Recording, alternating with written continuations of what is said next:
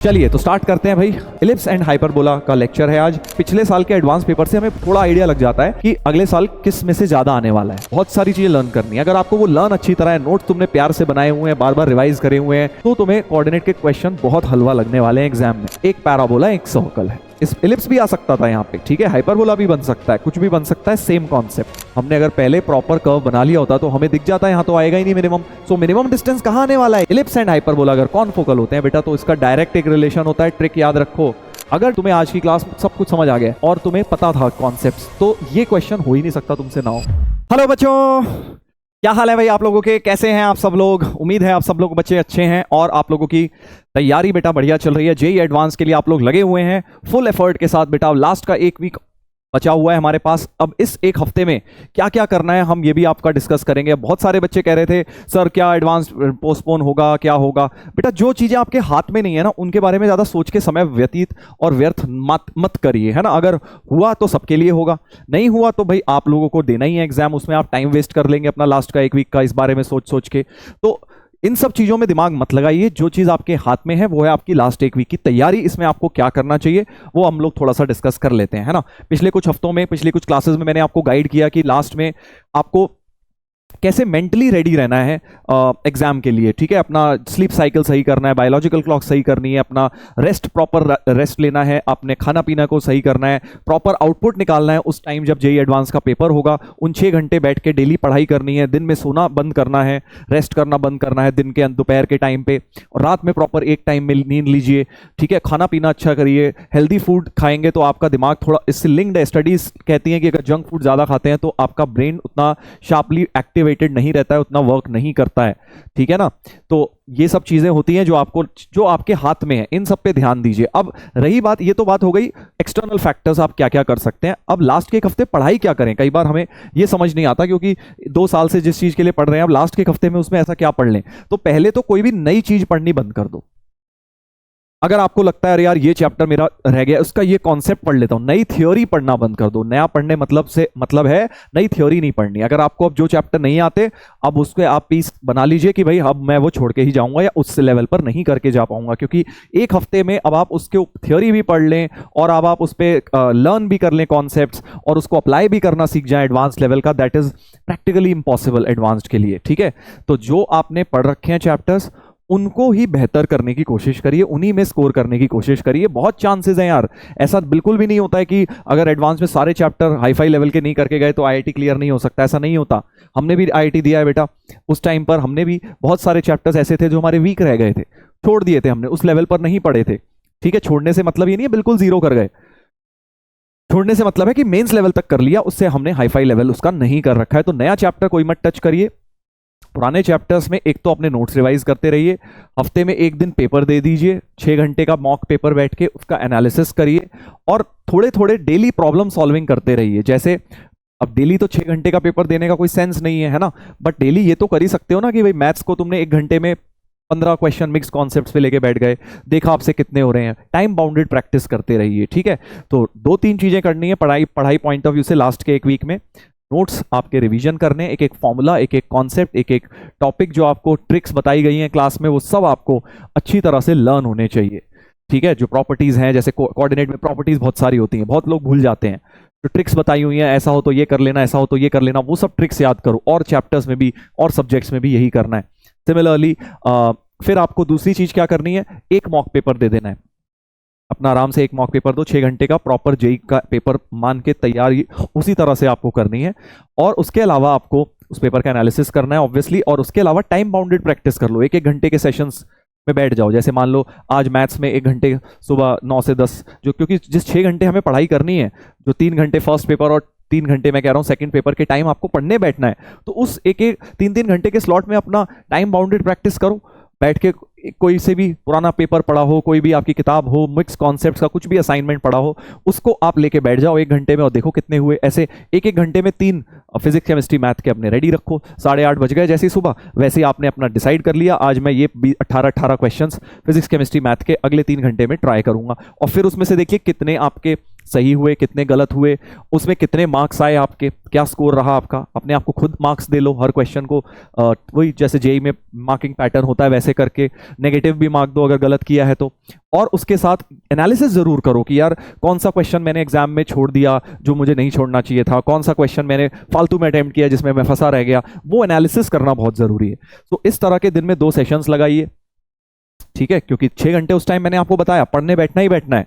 जो आपका एडवांस का स्लॉट होगा पेपर 1 एंड पेपर 2 का, उन 6 घंटे पढ़ने बैठना है। पढ़ने बैठने का मतलब ये नहीं है कि बैठ के लेट गए और नोट्स पढ़े जा रहे हो उस टाइम। उस समय आपको अपना दिमाग चला के प्रॉब्लम सॉल्विंग ऑप्टिमाइजेशन करनी है अपनी, कि उस समय आपका माइंड बिल्कुल रेडी रहे क्वेश्चन सॉल्व करने के लिए, ठीक है। तो वो कैसे होगा? टाइम बाउंडेड प्रैक्टिस करिए। जिस दिन पेपर दे रहे हो पेपर दे लो, जिस दिन पेपर नहीं दे रहे उस दिन ऐसे 1-1 घंटे के तीनों सब्जेक्ट्स के कुछ क्वेश्चंस लेके मिक्स बैठ जाइए।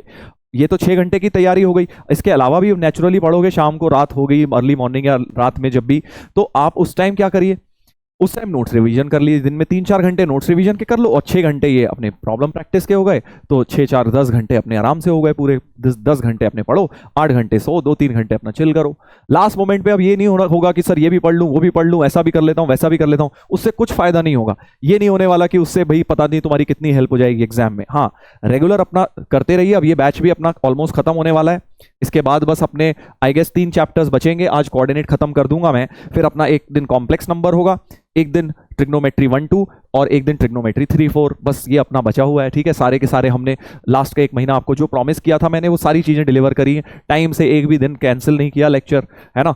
डेली मेरे को रात भर बैठ के मैं रात में जाके क्वेश्चंस करता हूं, बनाता हूं तुम्हारे लिए, पीपीटी बनाता हूं, अगले दिन फिर आके तुम्हें क्वेश्चंस देता हूं। तो मेहनत पूरी लगती है, बट प्रॉब्लम यह है कि आप लोग कई बार उस मेहनत को करना नहीं चाहते, क्योंकि बेटा आपने हमसे ज्यादा मेहनत करनी, तभी तो आपका जेई क्लियर होगा। तो जिन भी बच्चों ने ये लेक्चर्स नहीं देखे, अभी भी समय है बेटा, अगले 2-3 दिन में आप डेली 2-2 लेक्चर्स करके इनमें से क्वेश्चंस कर लो, ताकि थोड़ा तो आपको इंपॉर्टेंट, क्योंकि इसमें मैंने मोस्ट इंपॉर्टेंट क्वेश्चंस कराए हुए हैं। सिमिलर पैटर्न पे क्वेश्चंस, कॉन्सेप्ट पे बनने के चांसेस हैं, ठीक है। तो वो आपको करना है, वो आपको करना है। चलिए तो स्टार्ट करते हैं भाई। ये हो गया छोटा सा डिस्कशन। इलिप्स एंड हाइपरबोला का लेक्चर है आज। कल हमने पैराबोला किया था। कोऑर्डिनेट ज्योमेट्री को हम कंटिन्यू रख रहे हैं। पिछले साल में जैसा कि मैंने आपको बताया एडवांस 2000, देखो पिछले साल के एडवांस पेपर से हमें थोड़ा आइडिया लग जाता है कि इस अगले साल किस में से ज्यादा आने वाला है, मतलब प्रोबेबिलिटी है बस, और क्या। जैसे पिछले साल पैराबोला के 2 क्वेश्चंस आ गए थे। बहुत रेयर होता है एडवांस में कि पैराबोला के 2 आ जाए। इलिप्स का 1 आया था, ठीक है, इलिप्स का दिखाऊंगा आज कौन सा आया था, और हाइपरबोला का कोई नहीं आया था, ठीक है। तो हाइपरबोला का वैसे रेयरली ही आता है, हर साल आता भी नहीं है। 2022 में आया था if I am not wrong, last question जो आया था। तो चांसेस हैं इस बार हाइपरबोला का क्वेश्चन बन सकता है आपके पास पेपर में, ठीक है ना। और इलिप्स का भी बनेगा ही बनेगा। सो मुझे जो लगता है वो ये कि इस बार तीनों में से एक आएगा, पैराबोला, इलिप्स एंड हाइपरबोला में से, ठीक है। ये 3 क्वेश्चन हमारे कोनिक्स में से आएंगे। पिछली बार थोड़ा अनइवन हो गया था, 2 पैराबोला से 1 इलिप्स से हो गया था। सिमिलरली पिछली बार लॉगरिथम का डायरेक्ट आ गया था, ट्रिग्नोमेट्री 1 का डायरेक्ट आ गया था, बट सीक्वेंस सीरीज का, बाइनोमियल थ्योरम का बहुत ज्यादा बढ़िया वाला क्वेश्चन नहीं आया था। तो वो चांसेस हैं इस बार आने के, ठीक है। कॉम्प्लेक्स नंबर का पिछले साल बड़ा आसान क्वेश्चन आया था, इस बार कॉम्प्लेक्स नंबर का भी थोड़ा भारी भरकम क्वेश्चन आएगा। तो थोड़ा कहने का मतलब ये एनालिसिस से पता लग जाए। बाकी देखो 3 क्वेश्चन तुम्हारे वेक्टर 3D के फिक्स्ड हैं मिनिमम, 3 क्वेश्चन तुम्हारे कल जो हमने किया था प्रोबेबिलिटी के फिक्स्ड है, ठीक है। उसके एक पीएनसी का फिक्स्ड है। तो कुछ चीजें तो फिक्स्ड है जेई में, कुछ होता है कुछ चैप्टर्स का वो फेरबदल करते रहते हैं। तो मैंने आपको सारा एनालिसिस बता दिया है। और अपना इंटीग्रल कैलकुलस के कुछ चीजें फिक्स्ड है। डिफरेंशियल इक्वेशन से 2 आएंगे, एक एरिया से आएगा ही आएगा, इंटीग्रेशन से एक आएगा ही आएगा। तो इस तरह से, और पीएनसी के साथ मिक्स होकर बाकी चैप्टर्स आएंगे। जैसे पिछली बार रिलेशंस मिक्सड होकर आया था पीएनसी के साथ, उससे पिछले साल पीएनसी मिक्सड विद मैट्रिसेस आया था, लास्ट ईयर भी आया था मैट्रिसेस के साथ मिक्स होके, 2 साल से आ रहा है। तो कुछ चीजें कहने का मतलब है फिक्स्ड होती हैं जेई में, उनका style of paper asking same रहता है। अब हमें बस ये देखना है कि उनमें से कौन से इजी टू मीडियम क्वेश्चंस हैं, वो निकाल के तुम कर लोगे यार। अगर तुमने तैयारी अच्छी करी है ना 2 साल, तो तुम आराम से कर लोगे बेटा। बस तुम अपने ऊपर कॉन्फिडेंस रखना और वहां जाके बस पॉजिटिव होके जाना कि यार फोड़ फाड़ देंगे, बिल्कुल मचा देंगे। और एक ही चीज याद रखना, अगर कहीं अटक रहे हो, क्वेश्चन नहीं हो रहा है, पैनिक मत मचाओ। ये सोचो कि यार अगर हमसे नहीं हो रहा और हमने जिसने इतनी तैयारी करी है, तो यार औरों से भी तो नहीं हो रहा होगा ना।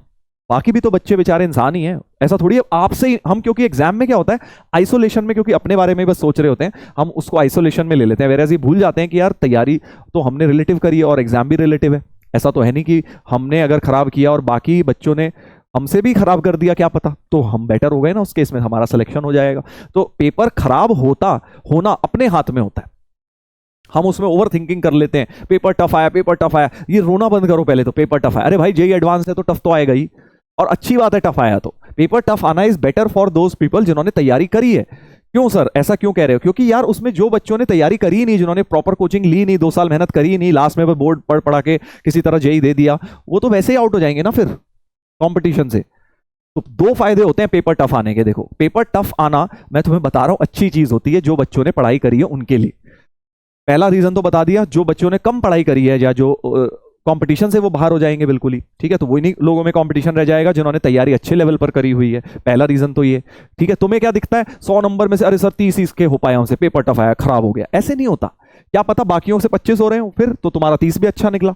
तो पेपर जो है टफ आना is good for you, first reason ये हो गया। और सेकंड रीजन बहुत इंपॉर्टेंट रीजन कि आपको एक तरह से अगर टफ पेपर है तो 100 में से कम जाएगी ना कट ऑफ, मतलब मान लो 25 जाएगी या 30 जाएगी, एग्जांपल दे रहा हूं, मतलब आपको 70-30 अगर कट ऑफ है तो मतलब 50 is a very good score. अगर 50 वेरी गुड स्कोर है तो मतलब आपके पास चॉइसेस ज्यादा हो गई ना एग्जाम में, either you can leave that question, ये वाला कर लो वो वाला उसकी जगह। सो इट इज लाइक जैसे बोर्ड में नहीं होता आइदर डू दिस और दिस, तो उसमें खुश होते हो ना तुम तो कि यार अच्छा चलो 2 दे दिए। ऐसा क्वेश्चन जब आता है बोर्ड में, स्कूल एग्जाम में, जहां आइदर और लिखा होता है, तो अंदर से एक बड़ी खुशी सी नहीं मिलती कि अरे यार वहां यार अब तो चलो इसमें चॉइस है, पहला वाला पढ़ लेते हैं, हो गया ठीक है, नहीं तो दूसरा कर लेंगे, वहां तो खुश होते हो। बट जेई एडवांस में उन्होंने अनसेड एक तरह से आपको ऑप्शन ही तो दे दिए करने के, अगर आपका पेपर टफ आ रहा है मतलब आपको बहुत सारे छोड़ने भी हैं, तो आपको एक अनसेड ऑप्शन दिया जा रहा है कि यार कौन सा मर्जी सेलेक्टिवली कर लो इनमें से।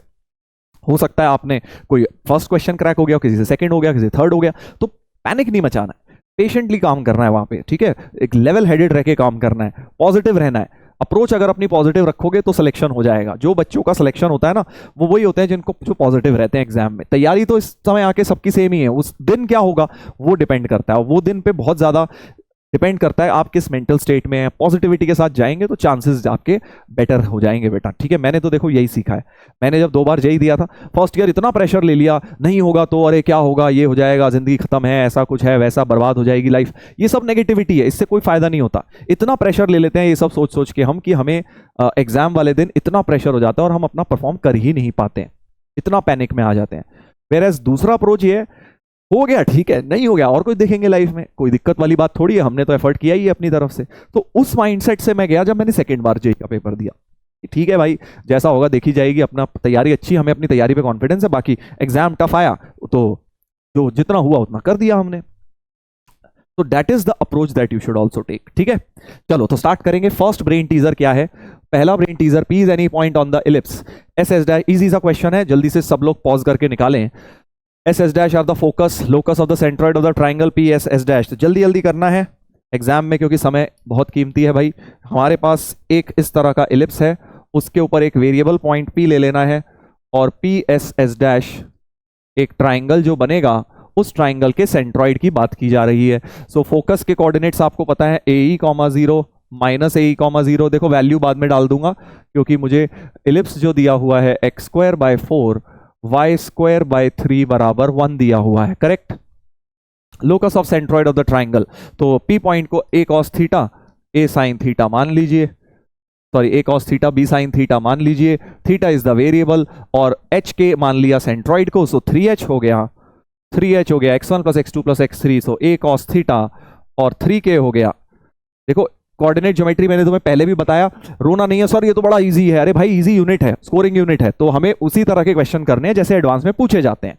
ये नहीं बहुत हाई फाई लेवल के सर टफ से टफ कराओ, अब वो समय जा चुका है। अब हमें एक्यूरेटली उस लेवल के क्वेश्चंस कर लें जो रेलेवेंट है जेई एडवांस के लिए। लास्ट ईयर का क्वेश्चन भी देख लो, उससे पिछले साल का देख लो, जो मर्जी तुम इलिप्स का क्वेश्चन उठा के देख लो, पिछले 10-12 साल में ऐसा तुम्हें मिलेगा ही नहीं कोई, पिछले 20 साल में जो तुम्हें लगे बहुत टफ क्वेश्चन था, नहीं आया ऐसा, ठीक है। तो 3K = 0 0 B sin थीटा हो गया, तो यहां से थीटा एलिमिनेट कर देंगे, सो 9h² प्लस 9k² बराबर 1, ये हो गया लोकस। A² और B² की वैल्यू 4 और 3 डाल देते हैं, सो x²/4/9 y²/3/9 = 1, ये हमारा जो है लोकस आ चुका है। अब जो मर्जी पूछ लें, लेंथ ऑफ लेटेस्ट रेक्टम, अच्छा which of the following statement is are correct about C, C क्या है कोनिक, अच्छा ये वाला कोनिक सी हमारा हो गया। अब इसकी लेटेस्ट रेक्टम का फॉर्मूला होता है 2b², तो कोऑर्डिनेट ज्योमेट्री में इंस्टेड ऑफ थिंकिंग बहुत टफ कराओ, तुम ये सोचो तुम्हें फॉर्मूला याद क्यों नहीं है। अगर ये फॉर्मूला याद ही नहीं था, 2b² होता है लेंथ ऑफ लेटस्ट रेक्टम, तो दिक्कत है। 2b² है 3/9, ए है तुम्हारा 2/3, तो ये हो जाएगा 1 आ गया कट कटा के। So latus rectum is equal to 1। Locus of point of intersection of perpendicular tangent, अब ये डेफिनेशन पता होनी चाहिए, कोऑर्डिनेट में लर्निंग का ज्यादा खेल है। और point of intersection of perpendicular tangent मतलब डायरेक्टर सर्कल की बात की जा रही है। सो ए ऑप्शन तो ये हो गया। बी ऑप्शन में डायरेक्टर सर्कल की बात की जा रही है, और डायरेक्टर सर्कल होता है x² + y² equal to a² + b²। नए वाले का a² और b² लिख दो।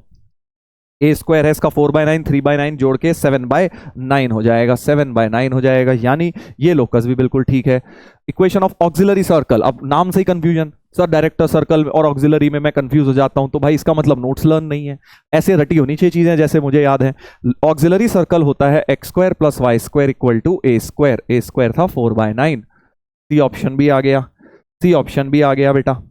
और क्योंकि फर्स्ट टाइप ऑफ एलिप्स है ना, सेकंड टाइप ऑफ एलिप्स होता तो दूसरा हो जाता ऑक्सिलरी सर्कल। ये तो a² बड़ा है b² से, तो फर्स्ट टाइप ऑफ एलिप्स ही आया। Area of quadrilateral form by tangent, अब देखो ये क्लासिकल क्वेश्चन है कि कौन से बच्चे वो हैं जो नोट्स की बातों को सीरियसली लेते हैं, बोरिंग काम जिन्होंने बहुत किया हुआ है, मेहनत तब करी हुई है जब कोई देखता नहीं है घर पे बैठ के, वो डी पार्ट छट से बता देंगे।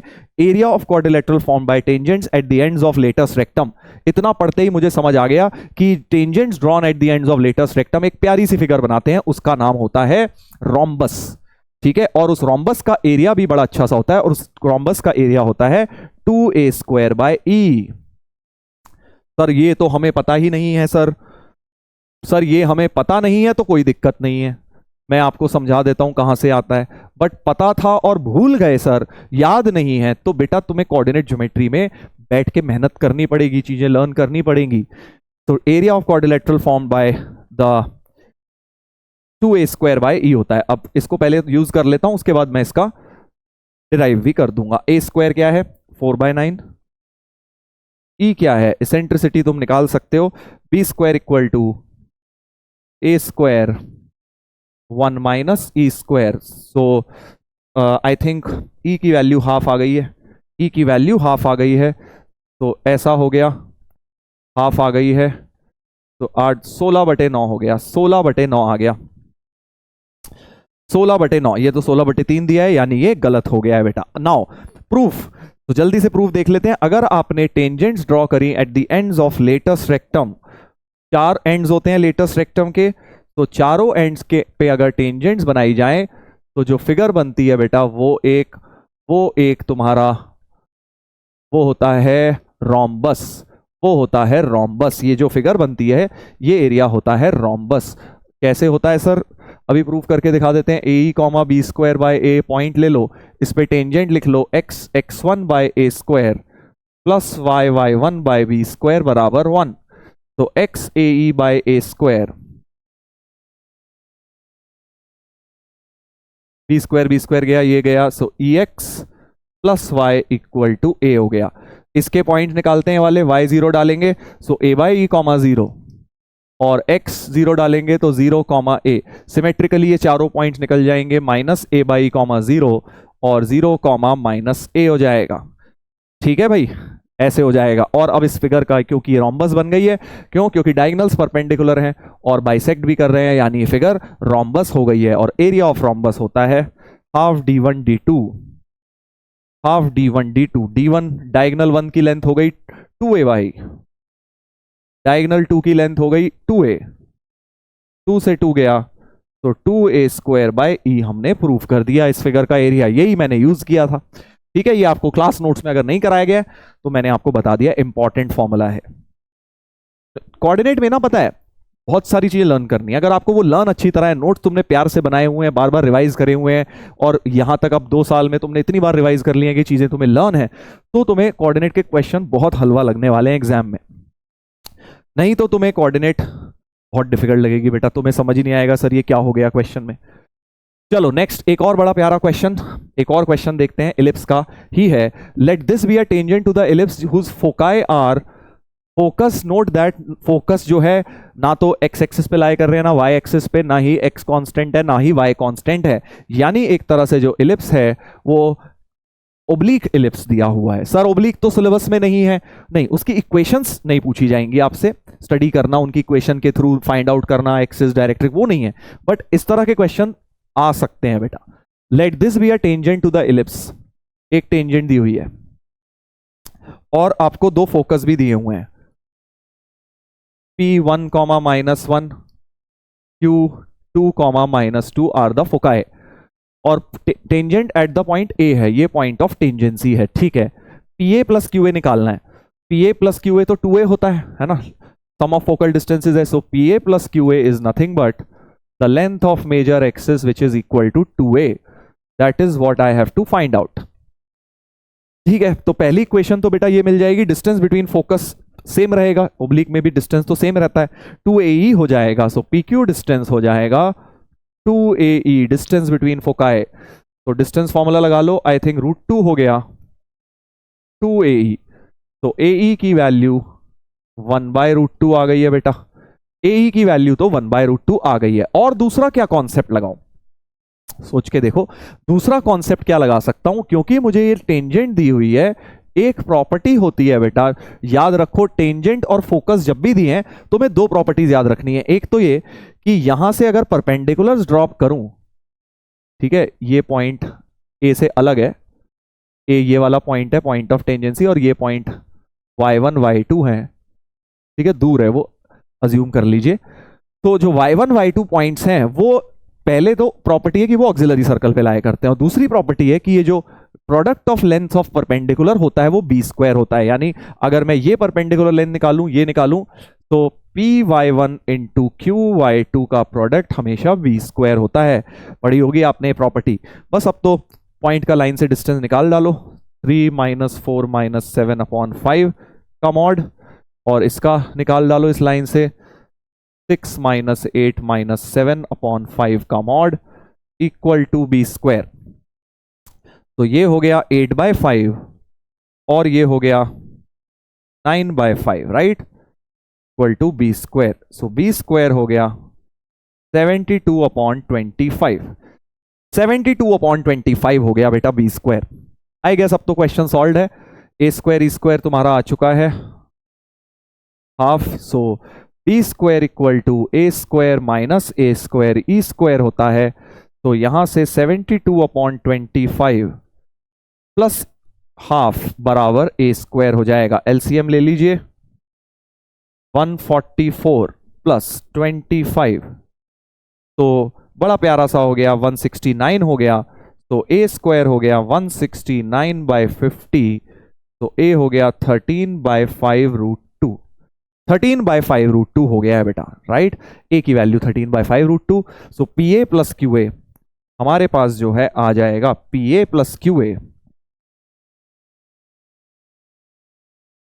2A हो गया है ना, तो 13√2/5 हो जाएगा, अगर इसको 2 से मल्टीप्लाई कर दूंगा और 5/√2 से मल्टीप्लाई करना है तो 13 हो जाएगा, इतनी पूरी चीज का आंसर जो है 13 हो जाएगा बेटा, 13 हो जाएगा, राइट, 13 हो गया आंसर।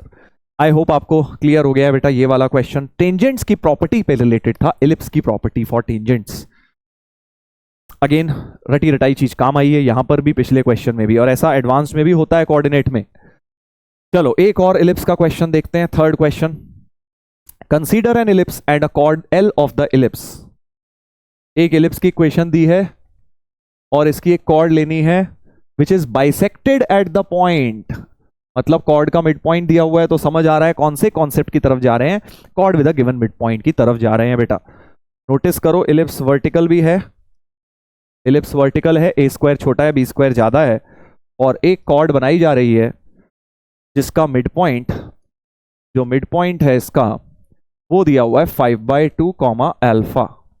फिगर जरूर बनाइए, कोऑर्डिनेट ज्योमेट्री में एक रफ फिगर बनाइए, उससे हमें थोड़ा विजुअलाइजेशन होता है। कॉर्ड हैज इंटीग्रल स्लोप, अच्छा अल्फा भी इंटीजर है और स्लोप भी इंटीजर है इस कॉर्ड की, तो कॉर्ड की इक्वेशन लिख के उसकी स्लोप निकाल सकता हूं मैं, क्योंकि मुझे पता है t इक्वल टू s1 लग के कॉर्ड की इक्वेशन आ जाएगी, है ना। t क्या होता है, x1 bye a² plus y1/b², और s1 होता है x1² bye a² plus y1² bye b², -1 - 1 दोनों का कट गया।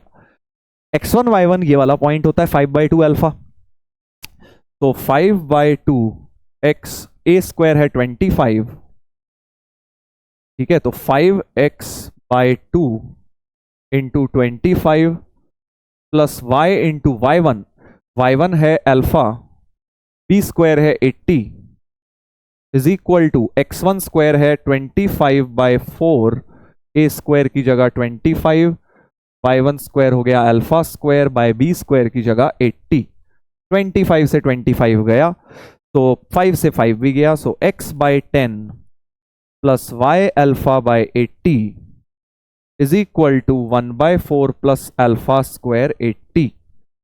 करेक्ट। थोड़ा 80 से मल्टीप्लाई कर देता हूं, मतलब ये एलसीएम ले लो, एक ही बात है। तो 8x plus alpha y is equal to ये हो जाएगा 20 प्लस अल्फा स्क्वायर। करेक्ट, सही है। Cord with a given mid point लगा दिया मैंने। अब जरा क्वेश्चन में इन्होंने क्या डेटा दिया था, कॉर्ड हैज इंटीग्रल स्लोप, तो स्लोप है -8/अल्फा, -8/अल्फा is the slope of this chord, -8/अल्फा। और ये इंटीजर चाहते हो आप, दिस इज सम इंटीजर। तो अब आप मुझे बता सकते हैं कि अल्फा क्या पॉसिबल इंटीजर्स क्या हो सकती हैं बेटा। 1 ले लो, है ना, 1 ले लो अल्फा को, और -1 भी ले ही सकते हो, तो +-1, क्योंकि ये तो बोला नहीं है कि पॉजिटिव नेगेटिव क्या होगी। +-2 भी लेके इंटीजर आ जाएगा, 8 और 2 कट जाएगा, +-4 लेके भी आ जाएगा, और +-8 लेके भी अल्फा जो है आ जाएगा इंटीजर। 8 ले लेंगे तब भी वो -1 विच इज एन इंटीजर। और तो कुछ मैं ले नहीं सकता, 0 ले नहीं सकता भैया, डिफाइंड ही नहीं होगी। करेक्ट, तो ये अल्फा की वैल्यूज आई पॉसिबल। ठीक है, P1 P2 are the position of P for which mod alpha is maximum. तो मॉड अल्फा की वैल्यू तो 8 हो रही है। अच्छा, अब यहां पर छोटी सी गलती हो जाती है बेटा हमसे, हमें लगता है कि क्वेश्चन हो गया solve, number of possible values of alpha is 8 और मॉड अल्फा को मैक्सिमम आप 8 लेके सवाल को कर देते हैं सॉल्व। अभी पॉज करके सोचो, इस क्वेश्चन में एक फंडामेंटल मिस्टेक है बेटा। एक चीज हमें जो देखनी चाहिए और हमने नहीं देखी है, वहां पर थोड़ी सी दिक्कत आ रही है हमें। क्या नहीं देखी हमने, सोचो। 8 गलत है इसका आंसर, ए ऑप्शन गलत है। क्यों गलत है, यही तो सोचने वाली बात है। सोचो सोचो, थोड़ा सा पॉज करना पड़ेगा यार, यहाँ पे लेके 5 मिनट लगाने पड़ेंगे अपने, तभी समझ आएगा तुम्हें। एग्जाम में उसको सोचना बड़ा क्रूशियल है, और ऐसे एग्जाम में क्वेश्चन आ जाते हैं एडवांस में, जहां लग रहा है कुछ और एक छोटा सा कॉन्सेप्ट लगा के कुछ और हो जाएगा। तो क्या कॉन्सेप्ट लगना चाहिए जो हमने नहीं लगाया भाई। अगर ये कॉर्ड का मिड पॉइंट है, सो 5/2 अल्फा की पोजीशन तो अंदर होनी चाहिए ना इलिप्स के, यानी पावर नेगेटिव होनी चाहिए। So also we have to check, also but we must have P inside the ellipse. ये तो हमने चेक किया ही नहीं, कहीं ऐसा तो नहीं है कि अल्फा किसी के लिए इलिप्स के बाहर चले जाए। यानी जो पावर है इस पॉइंट की 5/2, ये आया था ना, इसको डाल के आया था 1/4 प्लस अल्फा स्क्वायर बाय 80। तो basically x1 square by a square plus y1 square by b square को लेस देन 1 होना चाहिए। और ये डाल के मैंने अभी निकाला है 1/4 प्लस अल्फा स्क्वायर बाय 80 आया था। दोबारा क्यों करना, 1/4 plus alpha square by 80 should be less than 1। तो अब यहां पर आप थोड़ा सा और सॉल्व भी कर सकते हो। Alpha square by 80 less than 3/4, तो अल्फा स्क्वायर लेस देन 60 होना चाहिए, अल्फा स्क्वायर लेस देन 60 होना चाहिए। यानी जो अल्फा की वैल्यू 8 और -8 है वो बेटा रिजेक्ट करनी पड़ जाएंगी, क्योंकि उसके लिए पॉइंट वरना बाहर चले जाएगा। बाकी सबके लिए सही है, अल्फा स्क्वायर की वैल्यू हमेशा 60 से कम आएगी। So therefore alpha can't be +-8। Hence possible values of alpha क्या हो गई, ओनली +-1 +-2 +-4। तो actually 6 possible values are there, 8 possible values नहीं है, 2 रिजेक्ट हो रही हैं। अच्छा कॉन्सेप्ट था ना। चलो आगे बढ़ते हैं। Equation of parabola having latus rectum P1 P2 can be. अच्छा, P1 P2 क्या थे, if the chord has integral slope and P1 P2 be position of P for which mod alpha is maximum. अच्छा, तो मतलब mod alpha maximum तो अब 4 के बराबर होगा, मॉड अल्फा मैक्स 4 हो पाएगा। सो P1 एंड P2 क्या आ जाएगा, जब अल्फा को +-4 डालोगे वो पॉइंट P आ जाएगा। तो P1 P2 हो गए, P1 P2 आर 5/2 +-4। तो ये दो पॉइंट्स मानते हुए अब कह रहे हैं इसको लेटेस्ट रेक्टम के एंड्स मानते हुए एक पैराबोला बनाइए। यही तो लिखा था, equation of parabola having latus rectum P1 P2 can B. तो इन दोनों पॉइंट्स को अब पैराबोला की लेटेस्ट रेक्टम मानिए। तो थोड़ी पोजीशन सी बना देते हैं। x तो 5/2 है ही, x तो 5/2 है ही, 5/2 4 और 5/2 -4, इस तरह से पैराबोला के ये लेटेस्ट रेक्टम है बेटा। तो अब ये जो पैराबोला है ये दो तरह का हो सकता है ना, कि ये इस साइड खुल रहा हो या इस तरफ खुल रहा हो। सर हमें कैसे पता? दोनों पॉसिबल है, दोनों के लिए सेम लेटेस्ट रेक्टम आई सकती है। सो पैराबोला का क्लियरली जो है इसी ऐसा तो होगा नहीं, क्योंकि लेटेस्ट रेक्टम वरना वर्टिकल लाइन कैसे आएगी। तो पैराबोला में अगर लेटेस्ट रेक्टम एक वर्टिकल लाइन है तो इस तरह का हम दो पैराबोला ले लेते हैं, एक ऐसा होगा, ठीक है। तो इसका फोकस तो मिड पॉइंट ही हो गया, फोकस जो हो गया 5/2 0 हो गया और फोकस आ गया। और ए कितना हो गया? ये 4a था ये, तो 4a बराबर 4 और 4 8, यानी a बराबर 2 है। अच्छा वर्टेक्स आ जाएगा क्या इसका? वर्टेक्स भी आ जाना चाहिए, क्योंकि एक तरह से भाई फोकस और वर्टेक्स के बीच में डिस्टेंस a होता है ना। तो इधर की तरफ ले लो, 5/2 में से 2 माइनस कर दो, तो ये हो जाएगा 1/2 0, 1/2 0, इधर ले लो इसको, 1/2 0 टाइप का हो गया वर्टेक्स, ठीक है। तो पहला पैराबोला तो आ गया, y -0 का whole square is 4a times x -12, 4a की जगह 8 यूज कर लो। तो ये हो गया पहला वाला पैराबोला। अब अगर उल्टा होता बेटा तो क्या फर्क आता? उल्टे पैराबोला में अगर ये इस तरह का होता, एक तो 4a की जगह -4a आता, और वर्टेक्स में जो है अब तुम्हें वर्टेक्स में तुम्हें ऐड करना होता, जो 2 है बेसिकली वो तुम्हें ऐड करना होता है ना। तो 5/2 + 2 उधर की तरफ, एक उधर की तरफ होता, तो 5/2 + 2, यानी दूसरा जो वर्टेक्स होता वो होता 5/2 + 2, 9/2 0। तो y -0 whole square is -4a x -9/2। ये दो पैराबोलाज हो सकते हैं जिनके लेटेस्ट रेक्टम ये वाली लाइन है। तो कैन बी लिखा हुआ था I think, y² = -8x x -9/2, यानी दूसरा वाला बिल्कुल से बन गया है ये वाला। Correct correct. चलिए अगला पार्ट देखते हैं। Chord passing through the points P1 and P2 intersect at. Chord passing through P1 and P2 intersect at 9/2, 0. अच्छा, जो P1 and P2 ये दो पॉइंट्स थे, अब इनके करस्पॉन्डिंग कॉर्ड होगी, chord with a given mid point. Basically chord तो तुम निकाल चुके हो, ये थी। तो P1 एंड P2 के करस्पॉन्डिंग कॉर्ड यहां से मिल जाएगी, अल्फा की वैल्यू 4 and -4 डाल के। तो let us try to find out equation of chord. एक में अल्फा को 4 डाल देता हूं, सो 8x + 4y, 8x + 4y is equal to 20 और 16 36 हो गया, 36। तो 2x + y = 9। एक कॉर्ड तो ये हो गई 2x + y = 9, एंड दूसरी वाली कॉर्ड में बस माइनस आ जाएगा बेटा, अल्फा की जगह -4 आएगा, तो ये तो फर्क आएगा नहीं, सिर्फ यहां पे माइनस का फर्क आ जाएगा। सो 2x - y = 9 हो जाएगा। दो कॉर्ड्स बेटा हमारे पास निकल गई हैं, उन दोनों का पॉइंट ऑफ इंटरसेक्शन निकालना है। सो दोनों को ऐड कर देते हैं। तो 4x = 18, x बराबर 9/2, x को 9/2 डाल दोगे तो y तुम्हारा 0 आ ही जाएगा। तो है ना, 9/2, 0, 9/2, 0 is point of intersection of the two chords. 9/2, 0, 9/2, 0, BCD हमारा आंसर बिल्कुल ठीक आ गया। ठीक है, तो अब तुम बोलोगे सर ये तो आसान था, फिर मैं वही बोलूंगा कि आपने क्या बिना गलती करे टाइम के अंदर इसे कर लिया? तो बहुत अच्छी बात है बेटा, तो आपको इसका मतलब कोऑर्डिनेट ज्योमेट्री आती है। अगर आपको हो गया बट टाइम बहुत लग गया, या सिली मिस्टेक्स कर दी, सर फॉर्मूला याद नहीं आ रहा था, सर ये वाला पैराबोला एक ले लिया दूसरा कंसीडर नहीं किया, तो इन ऑल दोज केसेस आपको इसमें से सीखना है, क्योंकि तभी जेई क्लियर होगा आपका। क्योंकि आपने वहां पे जाके कोई आपको हेल्प नहीं करने आएगा कि यार ये चलो तुमने आधा कराया, आधा मैं हेल्प कर देता हूं, अब कर लो सही। तो एक्यूरेटली आपको एक बार में सही करना है। That is the strategy. चलिए ब्रेन टीजर नंबर 4। तो 3 हमने एलिप्स के करे, एक हाइपरबोला मिक्स करके करेंगे अब हम थोड़े से, है ना। पहले हाइपरबोला कर लेते हैं। H be a hyperbola having eccentricity E, C be the smallest circle touching H at and its pair of asymptotes. तो एसिम्प्टोट्स तो आप जानते हैं हाइपरबोला में क्या होती हैं। तो हाइपरबोला एक इस तरह का बना दिया, ये हमारा हाइपरबोला है, सपोज इसकी 2 ब्रांचेस हैं, करेक्ट। और एक सी ऐसा लेना है। अच्छा पहले तो एसिम्प्टोट्स बना देते हैं। ये हो गई इसकी एक एसिम्प्टोट, ये हो गई दूसरी एसिम्प्टोट।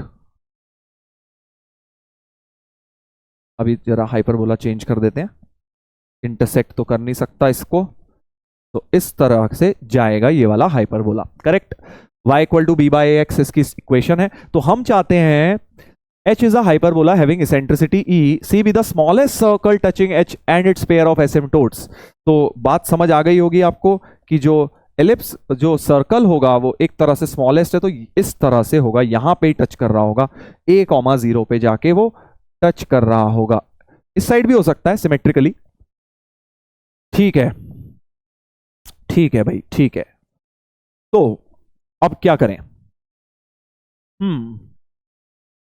तो एक काम करते हैं भाई, हम क्या करते हैं, इस सेंटर को यहां से ज्वाइन करते हैं, तो क्योंकि टेंजेंट है भाई, इतना तो करना ही है।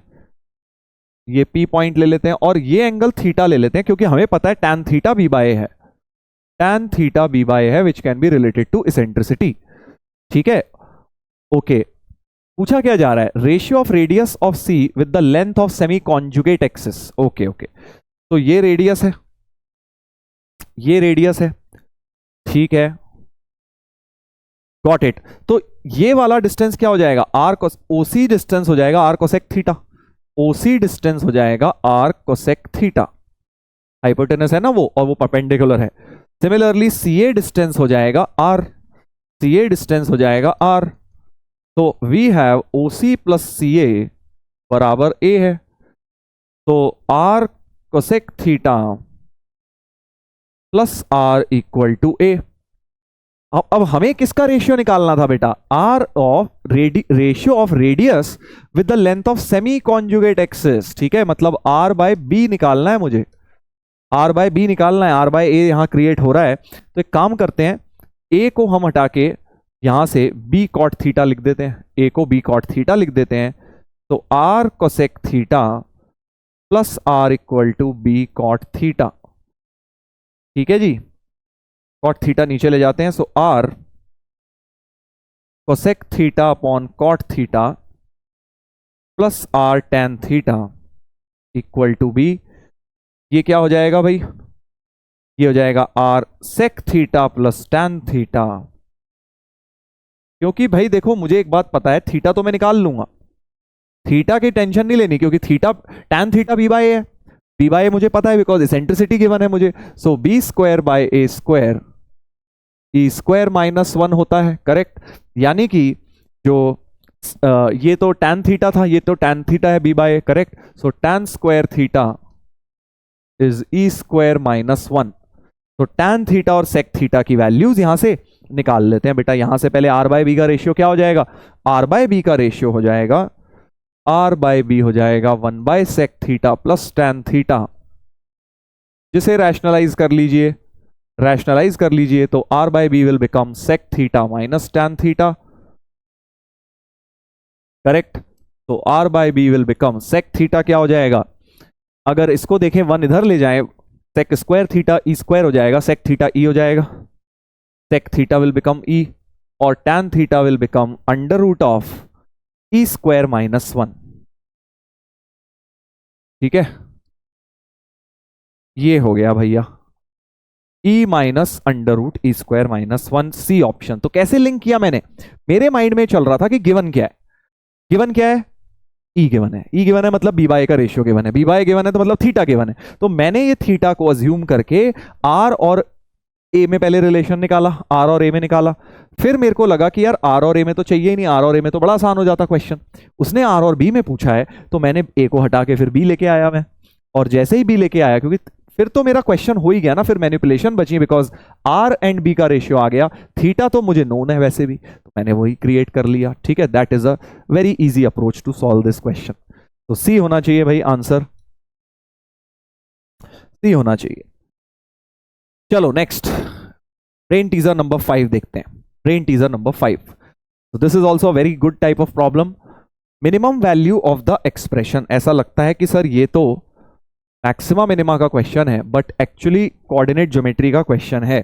कैसे पता? क्योंकि यहां डिस्टेंस फॉर्मूला जैसा कुछ ये दिख रहा है, ये डी स्क्वायर जैसा कुछ दिख रहा है, ये लिखा हुआ है x1 minus x2 whole square, और इस चीज को y1 मान लो, इसको y2 मान लो, y1 minus y2 whole square लिखा हुआ है, राइट। तो एक्चुअली ये दो पॉइंट्स के बीच का डिस्टेंस है, where y1 is 3 plus root 4 x1 and y2 is root 1 minus x2 square। अगर इनको थोड़ा इधर लाएं, so y1 minus 3 whole square is 4x1 हो जाएगा, and y2 square plus x2 square equal to 1 हो जाएगा। तो यानी जो x1 y1 पॉइंट है वो एक पैराबोला पे लाई कर रहा है, देखो y minus 3 whole square equal to 4x पे लाई कर रहा है, एंड जो x2 y2 पॉइंट है वो x square plus Y square equal to 1 पे लाई कर रहा है। यानी क्या समझ आ रहा है हमें कि यार दो कर्व्स हैं, उनके इंडिविजुअल पॉइंट्स हैं, और उन दोनों के बीच में मिनिमम डिस्टेंस निकालना है, मिनिमम डी स्क्वायर निकालना है, क्योंकि इस चीज को हमें मिनिमाइज करना था बेटा, इस चीज को मिनिमाइज करना था, राइट। यानी हमें क्या करना है, minimum distance between two curves निकालना है, जिसमें से एक है पैराबोला, एक है सर्कल, एक पैराबोला एक सर्कल है। इस एलिप्स भी आ सकता था यहां पे, ठीक है, हाइपरबोला भी बन सकता है, कुछ भी बन सकता है, सेम कॉन्सेप्ट। तो अब हम क्या करेंगे, minimum distance between two curves आपको पता है always occurs along common normal. तो दो तरीके होते हैं मिनिमम डिस्टेंस, या तो अब एओडी से करें, बट सर्कल वगैरह इन्वॉल्व हो रहा है, कॉमन नॉर्मल से हम सॉल्व करेंगे, कोऑर्डिनेट ज्योमेट्री वाला सेकंड मेथड लगाएंगे, 11th वाला। सो ये पैराबोला बना लेते हैं। तो पहला सर्कल तो बड़ा अच्छा सा है, y minus 3 whole square, parabola क्या है, y minus 3 whole square equal to 4x। तो y square equal to 4x की जगह 0,0 पे जो होता है वर्टेक्स, अब वो 0,3 पे है, something like this, that's the parabola. 0,3 पे वर्टेक्स है बेटा, ठीक है। और सर्कल जो है X square plus Y square equal to 1, तो बड़ा छोटा सा सर्कल है, इसके सामने और छोटा बना देते हैं। तो इस तरह से ये दो कर्व्स हैं, ये कहीं जाके मिनिमम आ रहे होंगे, वो डिस्टेंस हमें बताना है, ठीक है। थोड़ा सा फिगर और अच्छा कर लेते हैं ताकि आपको दिख जाए प्रॉपरली।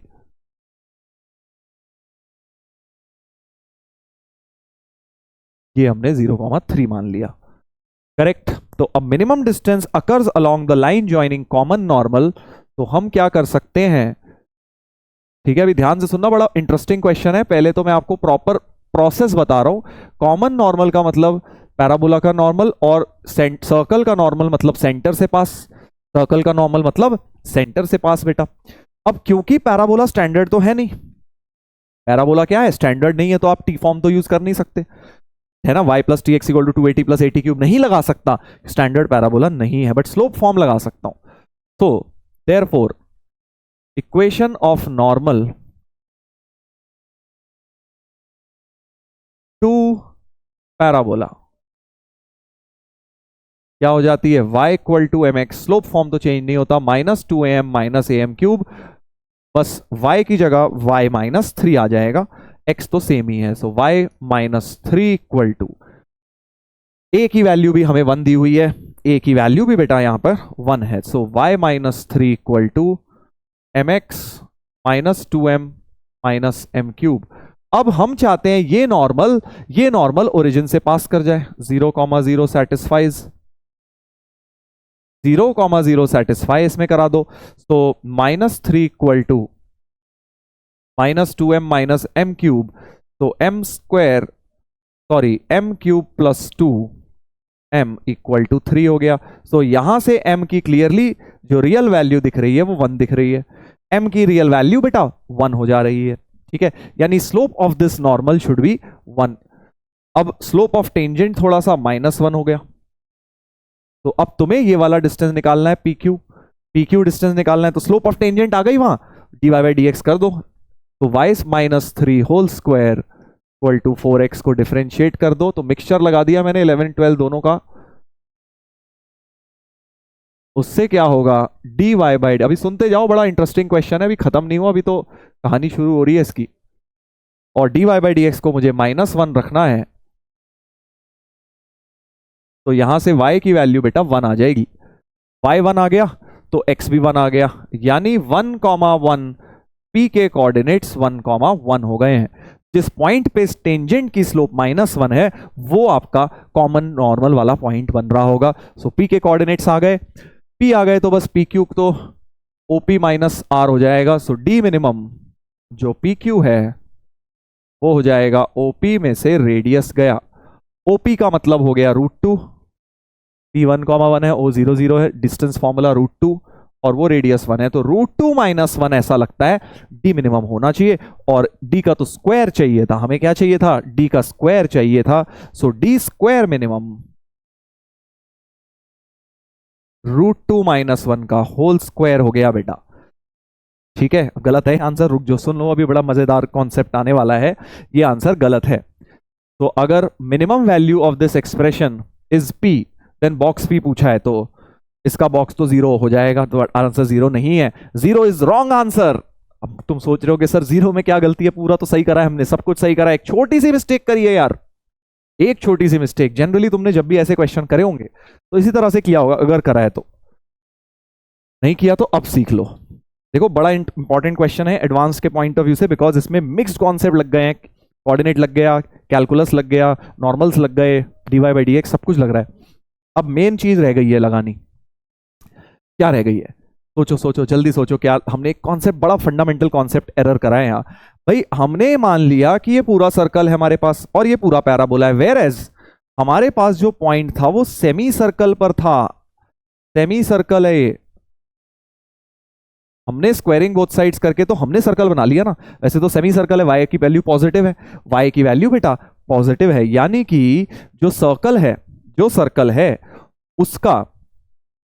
उसका सिर्फ ऊपर का पार्ट लेना था हमें, हमारा जो कर्व है। तो अब मैं नई फिगर बना देता हूं, इसकी जो एक्चुअल फिगर बननी चाहिए वो ये नहीं बननी चाहिए, ये सब हटा के पहले करेक्ट फिगर तो बनाए, पता चला ये पॉइंट ही हमारे पास है कि नहीं है 1, 1, that is what we are basically identifying. कि हमने तो अज्यूम कर लिया पूरा सर्कल पूरा पैराबोला है, तो मैं ये बोल रहा हूं कि ये सर्कल तो नीचे का पार्ट आएगा ही नहीं, हमारे पास तो ये आधा सर्कल है। दूसरा जो पैराबोला है वो भी आधा है, क्योंकि y1 की वैल्यू 3 प्लस समथिंग है, हमने तो y1 को स्क्वायर करके उसको बढ़िया पूरा फुल पैराबोला बना लिया, y1 इज 3 प्लस समथिंग, यानी 3 से बड़ा ही होगा y का कोऑर्डिनेट, यानी जो पैराबोला भी है वो 3 से बड़ा, मतलब सिर्फ ऊपर वाली ब्रांच है, ये सब पैराबोला का पार्ट है ही नहीं भाई। ये जहां तुम कर रहे हो अपनी एनालिसिस मिनिमाइज कर रहे हो वो पार्ट है ही नहीं हमारे पास, वो पार्ट है ही नहीं हमारे पास, तो सिर्फ पैराबोला है 3 से ऊपर वाला, y की वैल्यू 3 से ऊपर है।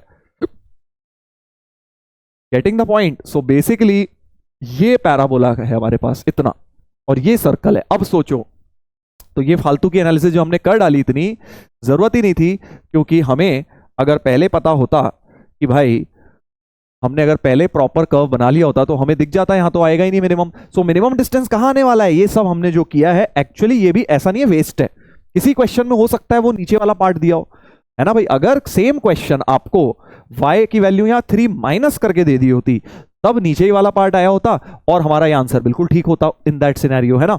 बट इस क्वेश्चन में अब डी मिनिमम कहां आएगा, ये तो आएगा नहीं, क्योंकि कर्व आधा पैराबोला और आधा सर्कल है। तो एक्चुअली इस पॉइंट के, इन दोनों पॉइंट्स के बीच में डी मिनिमम आएगा, एक तो ये और ये। सोचो और तो कहीं आ ही नहीं सकता, यही क्लोजेस्ट पॉइंट्स है दोनों, तो इन दोनों पॉइंट्स के बीच में डी मिनिमम हो रहा होगा। ये वाला पॉइंट है 0,1, तो डी मिनिमम एक्चुअली यहां आकर करेगा और डी मिनिमम की वैल्यू 2 हो जाएगी, तो डी स्क्वायर मिनिमम की वैल्यू 4 हो जाएगी, तो उसका बॉक्स एक्चुअली आंसर अब 4 हो जाएगा, 0 नहीं रहेगा आंसर। तो correct answer is 4, correct answer is 4। ठीक है, तो मैं अभी के लिए इसे काट रहा हूं ताकि आपको पता रहे कि यार ये गलत सॉल्यूशन इस क्वेश्चन के लिए गलत है बट अपने आप में ये क्वेश्चन भी बन सकता है। ये वैलिड कब हो जाता, जब आपको पैराबोला की ऊपर की जगह नीचे वाली ब्रांच दी होती, सर्कल की ऊपर वाली होती, तब हो जाता भाई। ठीक है, तो ऐसा जेई से एक्सपेक्ट कर सकते हो आप, इस तरह का खिलवाड़ करना। चलिए next question, brain teaser number 6। एक रेक्टेंगुलर हाइपरबोला पे भी कर लेते हैं। X Y equal to constant वाला curve, normal at P1 4,2 on the curve meets the curve again at this. तो देखो X Y equal to C square पे बहुत ज्यादा क्वेश्चन आए नहीं है, इसलिए हम भी बहुत ज्यादा नहीं करेंगे, एक आध तुम्हें करवा दूंगा ताकि अगर बाई चांस आ जाए तो पता रहे अपने को। ठीक है, X Y equal to C square पे जब नॉर्मल होता है, X Y equal to C square इस टाइप का कर्व होता है ना। इसका जो पॉइंट, एक जनरल पॉइंट होता है C T comma C by T होता है। ठीक है, हमसे क्या बोला गया है, normal at point this meets the curve again at P2। तो 4,2 का अगर मैं देखूं, सी टी की वैल्यू तो 4 दी हुई है, यानी कि, और सी कितना है, सी स्क्वायर हमारा 8 है, तो सी तुम्हारा √8 हो गया। तो टी की वैल्यू एक तरह से √2 हो गई है। टी की वैल्यू √2, मतलब जो पी पॉइंट है उसका जो पैरामीटर है वो √2 है। ठीक है, इसका भी पैरामीटर हम थीटा के टर्म में नहीं लेते, C T C by T algebraic लेते हैं। बोला क्या जा रहा है, normal at this meets the curve again at P2। अब ये क्वेश्चन तुमने क्लास नोट्स में करा होगा, आई होप, कि अगर किसी पॉइंट पे नॉर्मल है दोबारा जाके मिलता है, इस पॉइंट पे एक नॉर्मल है PT1 पॉइंट पे, that meets again eight QT2, तो एक रिलेशन होता है बेटा। पैराबोला वाला मत बोल देना T2 is minus T1 minus 2/T1, वो नहीं। इलिप्स का सॉरी रेक्टेंगुलर हाइपरबोला का भी एक रिलेशन होता है।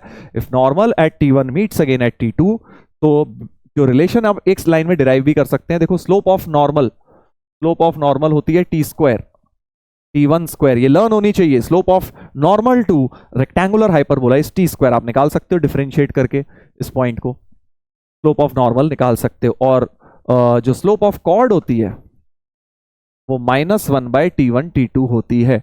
ये दोनों सेम होनी चाहिए because this is a normal cord, तो इस लाइन की कॉर्ड की तरह स्लोप लिख ली और नॉर्मल की तरह भी लिख ली। सो T1 square is -1/T1 T2, तो T2 की वैल्यू बन गई -1/T1 cube, correct.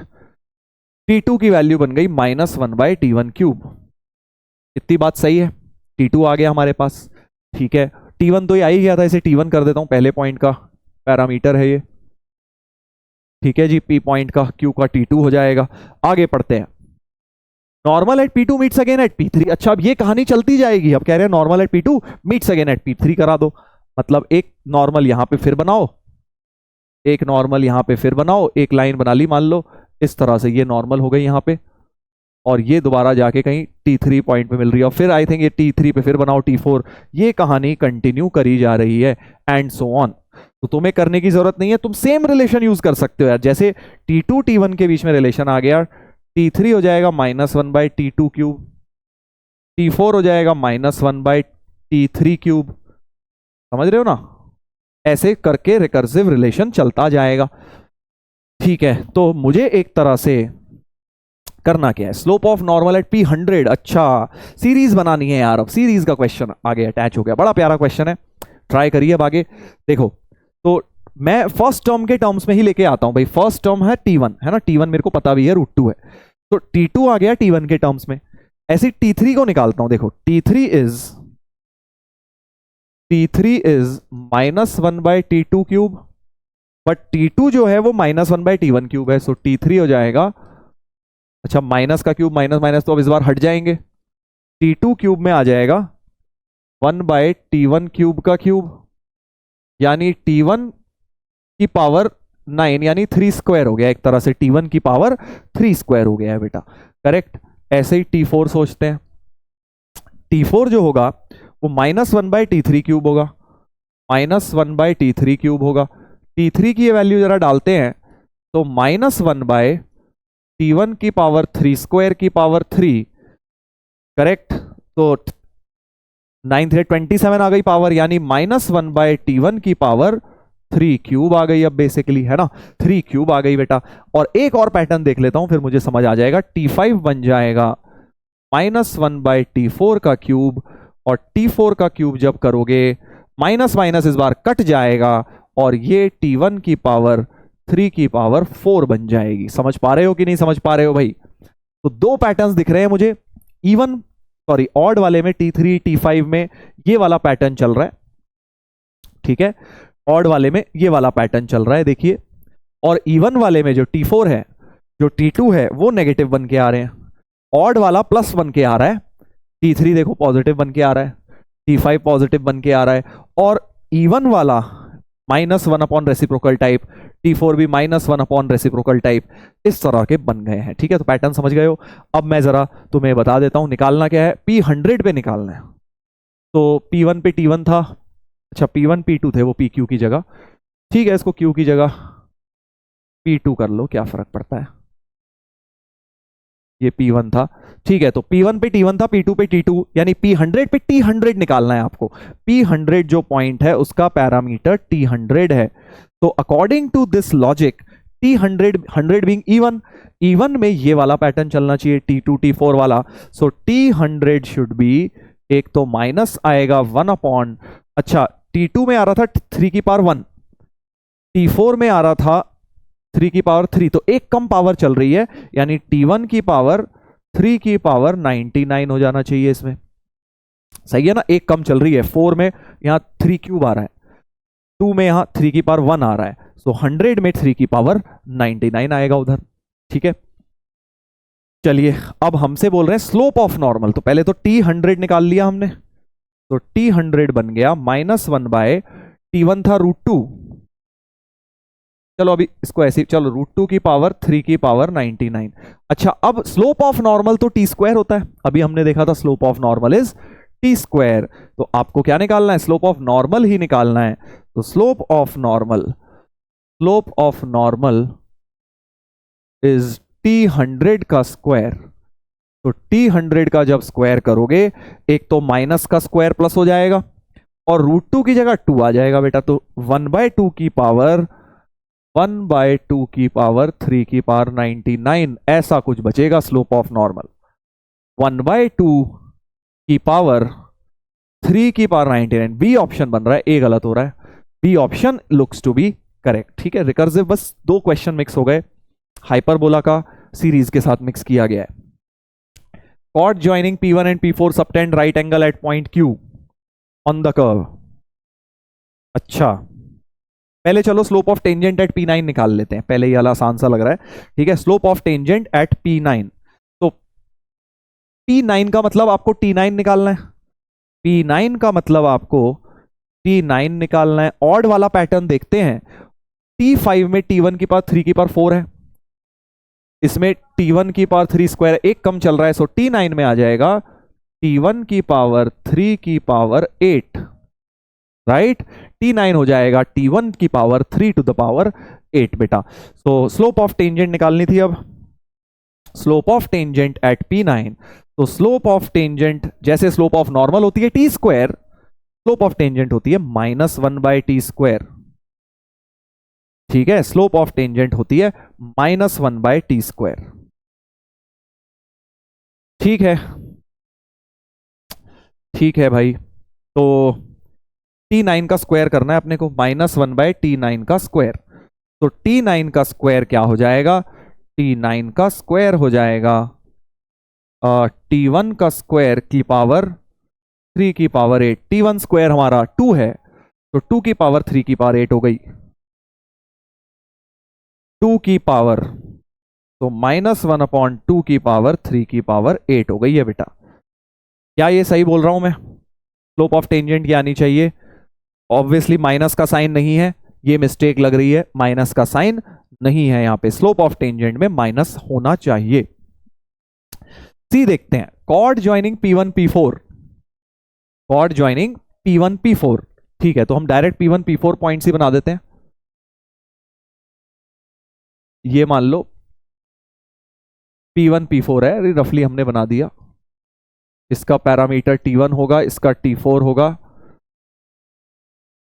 Subtend right angle eight the point Q on the curve, ठीक है, तो कह रहे हैं इसको एक राइट एंगल सबटेंड कराना है एट द पॉइंट Q। अरे यार चलो इसको P1 मान लेते हैं, इसको Q मान लेते हैं। तो P1 P4 लाइन ने Q पॉइंट पे right angle on the curve बनाया हुआ है। अब Q के पैरामीटर CT C/T मान लो, इस पे T मान लो, इस पे T1 T4 है। सो 90 डिग्री यूज करने का मतलब क्या है, slope of chord M1 M2 -1 लगाऊंगा। स्लोप ऑफ कॉर्ड क्या होती है, आज बताया था प्रूफ के टाइम, स्लोप ऑफ कॉर्ड होती है -1/T1 T2। ये लर्न होने चाहिए बेटा, अब लर्न नहीं है थियोरी में दिक्कत है। तो स्लोप ऑफ P1Q हो गई -1/T1T, स्लोप ऑफ P4Q हो गई -1/T4T, दोनों को मल्टीप्लाई करके -1 आना चाहिए। तो T² हो गया -1/T1 T4। ठीक है, T² ही निकालना है, स्लोप ऑफ नॉर्मल। एक सेकेंड, स्लोप ऑफ टेंजेंट मैंने सही लिखी थी ना वो, हाँ, T² ही निकालना है, slope of normal. So -1/T1 T4 हमें निकाल देना है बेटा। T1 T4 हम निकाल चुके हैं, यहीं लिख देता हूं। तो सी ऑप्शन के लिए T² की वैल्यू है -1/T1 T4। -1/T1 T4 की वैल्यू क्या थी, T4 थी -1/T1 की पावर 3। तो -1/T1 की पावर 3 क्यूब, तो ये हो जाएगा, माइनस माइनस तो कट गया, T1 की पावर 27/T1, T1 की पावर 26 हो गया बेटा। तो T² आ गया T1 की पावर 26, T1 था तुम्हारा √2, तो 2 की पावर 13 आ गया T²। और स्लोप ऑफ नॉर्मल तुम्हें पता है T² ही होता है, तो 2 की पावर 13 ही होना चाहिए, 2 की पावर 13 ही होना चाहिए। C option looks to be correct. B और सी आ रहे हैं यार, बी और सी आ गए हैं। ठीक है, डी में छोटी सी मिस्टेक थी बस, माइनस की, हमारा माइनस आ रहा था डी में। ए तो खैर गलत है ही क्योंकि बी सही है। तो बहुत प्यारा क्वेश्चन हो गया। सीक्वेंस सीरीज मिक्स्ड विद आपका रेक्टेंगुलर हाइपरबोला। रेक्टेंगुलर हाइपरबोला के कॉन्सेप्ट लग गए। तो रेक्टेंगुलर हाइपरबोला में बस दो चीजें याद रखो, तीन चीजें रादर, स्लोप ऑफ नॉर्मल ये होता है, स्लोप ऑफ कॉर्ड ये होता है, और स्लोप ऑफ टेंजेंट -1/T² होता है। वो तो नॉर्मल से ही लर्न हो जाएगा, खैर इतना लर्न कर लोगे बहुत है। चलिए अगला क्वेश्चन, अगला question brain teaser number 7, question number 7 देखते हैं। Hyperbola having eccentricity 5/4 passes through 5,6, nearer focus is 2,2 and equation of tangent at P to the hyperbola। अच्छा, सो एक हाइपरबोला है, फिर से बताया है, नहीं कुछ नहीं बता रखा, स्टैंडर्ड तो है नहीं, कुछ नहीं बताया हुआ, सिर्फ ये बता रखा है कि ये एक फोकस 2,2 है और पॉइंट P 5,6 है, इस पे टेंजेंट बनाई हुई है 3x + 4y - 39। अच्छा समझ गए, इसेंट्रिसिटी भी दी हुई है 5/4। ओके, लेटेस्ट रेक्टम मतलब ए बी निकालने हैं हमें, एक तरह से ए बी निकालने हैं।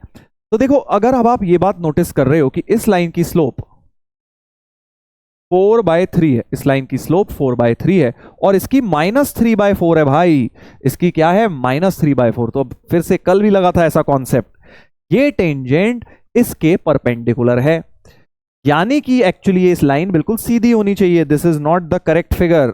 ये जो P पॉइंट है ये तभी इसके परपेंडिकुलर आ पाएगा अगर P पॉइंट ये वर्टेक्स है, बेसिकली ये जो 5,6 है एक्चुअली ये वर्टेक्स होना चाहिए, तभी ये लाइन परपेंडिकुलर बन पाएगी अपनी। तो 5,6 इज द वर्टेक्स, तभी तो टेंजेंट परपेंडिकुलर दी हुई है इस लाइन ज्वाइनिंग PF के, PF के परपेंडिकुलर है ये टेंजेंट, ये टेंजेंट PF के परपेंडिकुलर थी बेटा।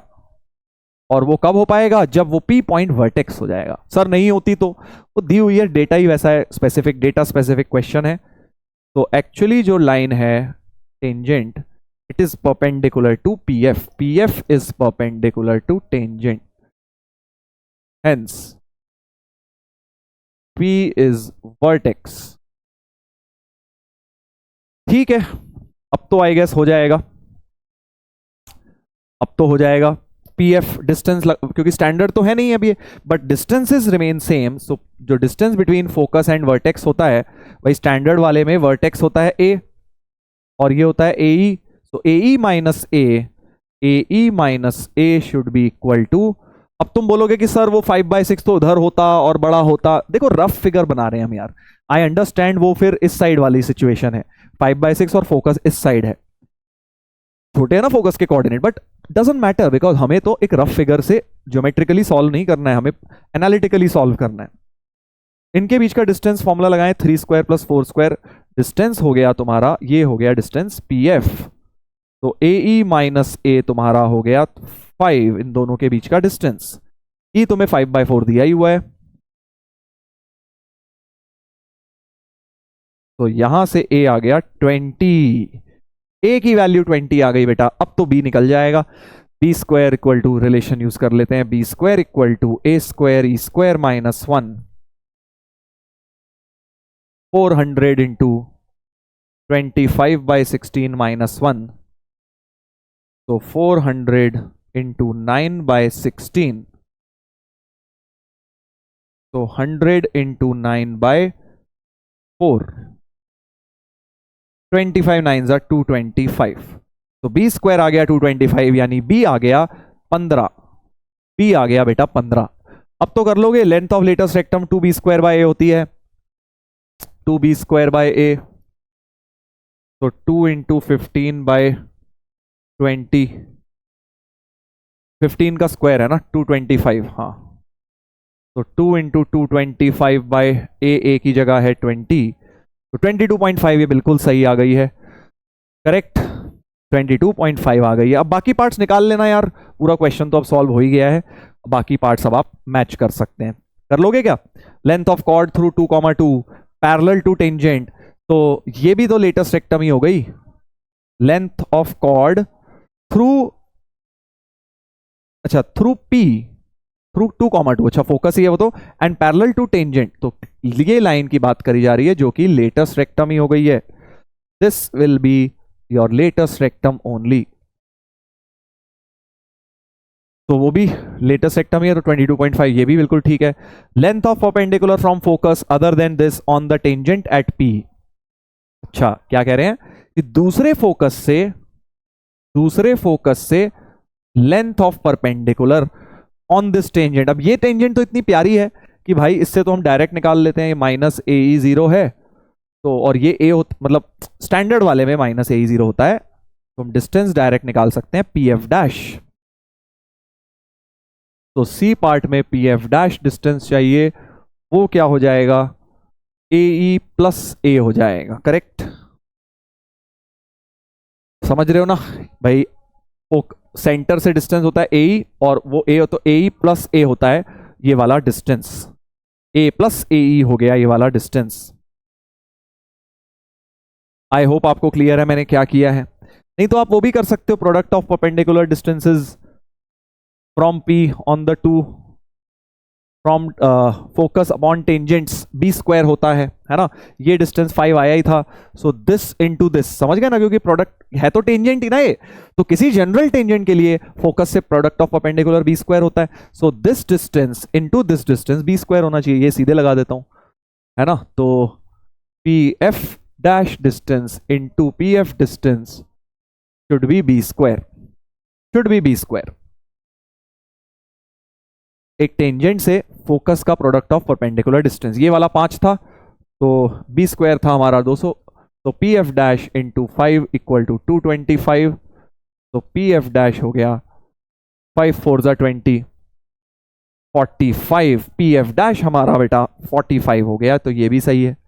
Area of triangle enclosed by tangent at P and asymptotes of the hyperbola, asymptotes वही y इक्वल टू b/x और y इक्वल टू -b/x होते हैं, स्टैंडर्ड वाले में होते हैं सर वो तो, बट एरिया तो सेम रहेगा ना, चाहे नॉन स्टैंडर्ड भी है, तो आप स्टैंडर्ड में एरिया देख लो कि यार अगर आपका ये वाला हाइपरबोला होता है, ये x equal to a tangent है,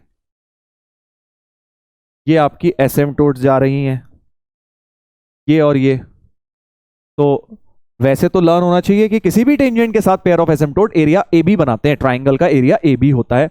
ये डायरेक्ट क्लास में बताया जाता है कि area of triangle formed by pair of tangent with any tangent is A B. ये तो बड़ी प्यारी टेंजेंट है, कोई टेढ़ी मेढ़ी टेंजेंट हो तब भी एरिया ए बी होता है। सर हमें तो लर्न ही नहीं है, यही तो दिक्कत है। कोऑर्डिनेट में जितना लर्न होगा ना उतना ही तुम बेटा उतने ही स्मार्ट कहलाओगे उसके अंदर, वरना आपको समझ नहीं आएगा। बाकी ये वाला क्वेश्चन तो आप डायरेक्ट निकाल सकते हो यार, ये एक्स इक्वल टू ए है तो y equal to B by X है, ये तो x को a डाल दो तो a कॉमा बी पॉइंट हो गया ये, और ये वाला a कॉमा माइनस बी हो जाएगा। और एरिया ऑफ ट्राइंगल आप ऐसे भी लिख सकते हो तीनों, है ना, ये हाइट हो गई a, बेस हो गई 2b, so area of triangle हो गया हाफ a इंटू 2b, तो एरिया ए बी बट जो स्मार्ट लोग होंगे वो डायरेक्ट ये फॉर्मूले को इस्तेमाल कर लेंगे। तो एरिया होता है, क्योंकि स्टैंडर्ड में ए बी होता है, एरिया तो चेंज होगा नहीं, अभी भी सेम रहेगा। ए आया था 20, बी आया था 15, तो 300 square units should be the area. D is also correct, A B C D all are correct, A B C D बेटा सारे करेक्ट हो गए हैं, ठीक है। चलो भाई 7th हो गया है, अब आ जाते हैं 8th नंबर पे। Brain teaser number 8, brain teaser number 8 देखेंगे क्या है इसमें। Foci of hyperbola are the vertices of the ellipse. इसके फोकस उसके वर्टेक्स हैं। फोकस क्या होता है, इसकी इसेंट्रिसिटी कैपिटल ई मान लो, इसकी स्मॉल ई मान लो अभी के लिए, ठीक है। आगे उन्होंने कुछ और दिया हुआ है बट ठीक है, या चलो हाँ यही तो माना है मैंने, चलो स्मॉल ई उसका माना है, कैपिटल ई इसका। तो फोकस ऑफ हाइपरबोला हो जाएगा ए ई, वो है वर्टेक्स ऑफ इलिप्स हो जाएगा स्मॉल ए। तो एक रिलेशन ये हो गया, focus of ellipse and vertices of hyperbola भी कोइंसाइड कर रहे हैं। अच्छा, तो इसका जो फोकस होगा वो होगा ए, उसका फोकस होगा ए, इसका वर्टेक्स होगा ए, उसका फोकस होगा ए। सो ये दो रिलेशंस मुझे दिए हुए हैं। बड़ा बढ़िया क्वेश्चन है, जरा ध्यान से करेंगे, ठीक है। E and this be the eccentricity of hyperbola. अच्छा, तो एक तरह से इलिप्स की इसेंट्रिसिटी ये दी हुई है। अच्छा, ये मेरा जो कैपिटल ई है वो ये है, ओके, और ये स्मॉल ई दिया हुआ है मुझे। सो स्मॉल ई मेरा क्वेश्चन में मुझे 2/3 दिया हुआ है। So B square equal to A square 1 minus 2/3, तो B square equal to A square by 3 हो गया है। B square equal to A square by 3 हुआ है बेटा, right. B square equal to A square by 3 हो गया। अच्छा, ओके, गॉट इट, ठीक है। अब क्या करें, फोकस ऑफ दिस और वर्टाइस ऑफ दिस, ठीक है। अच्छा, यहां से जो स्मॉल ई है तो हम डाल ही सकते हैं। सो कैपिटल ए हो गया स्मॉल ए इंटू √2/3, तो capital A square is 2a square by 3। ये भी मेरे पास एक रिलेशन आ गया है। तो इसको भी अगर मैं देखूं, capital A square E square equal to A square, तो यहां से आप कैपिटल ए स्क्वायर की वैल्यू 2a स्क्वायर बाय 3 डाल दो, ई स्क्वायर, तो एक तरह से ई स्क्वायर की वैल्यू 3/2 हो गई है। ई स्क्वायर की वैल्यू क्या हो गई, 3/2, यानी इसेंट्रिसिटी ऑफ हाइपरबोला भी निकल आया है, ठीक है। चलो अब एक रिलेशन तो यूज करें, बी स्क्वायर होता है इलिप्स का। अच्छा, वो तो निकाल ही लिया था। कैपिटल बी स्क्वायर के लिए रिलेशन यूज करते हैं, ए स्क्वायर इंटू ई स्क्वायर माइनस 1, तो बी स्क्वायर हो जाएगा 3/2 माइनस 1,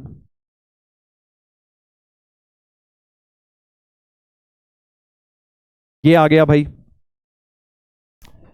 करेक्ट। और ए स्क्वायर की वैल्यू यहां डाल दो, सो बी स्क्वायर हो गया, स्मॉल ए के टर्म में सब कुछ ला रहा हूं बेसिकली, ए स्क्वायर बाय 3 ही आ गया। सो कैपिटल बी स्क्वायर भी ए स्क्वायर बाय 3 आ गया। तो देखो मैं सब कुछ स्मॉल ए के टर्म में ले आया हूं, एक वेरिएबल के टर्म में मैं सब कुछ ले आया हूं। और नोटिस करो अगर इन दोनों इक्वेशन से, सो स्मॉल बी और कैपिटल बी तो सेम हो गए यार, small b and capital B are same from first and second, from first and second small b equal to small, capital B equal to small b. चलिए इतना तो पता लग गया। अब जरा आगे क्वेश्चन पढ़ते हैं। जो जो डेटा था उसको मैंने एनालिसिस कर लिया जितना मुझसे हो पाया।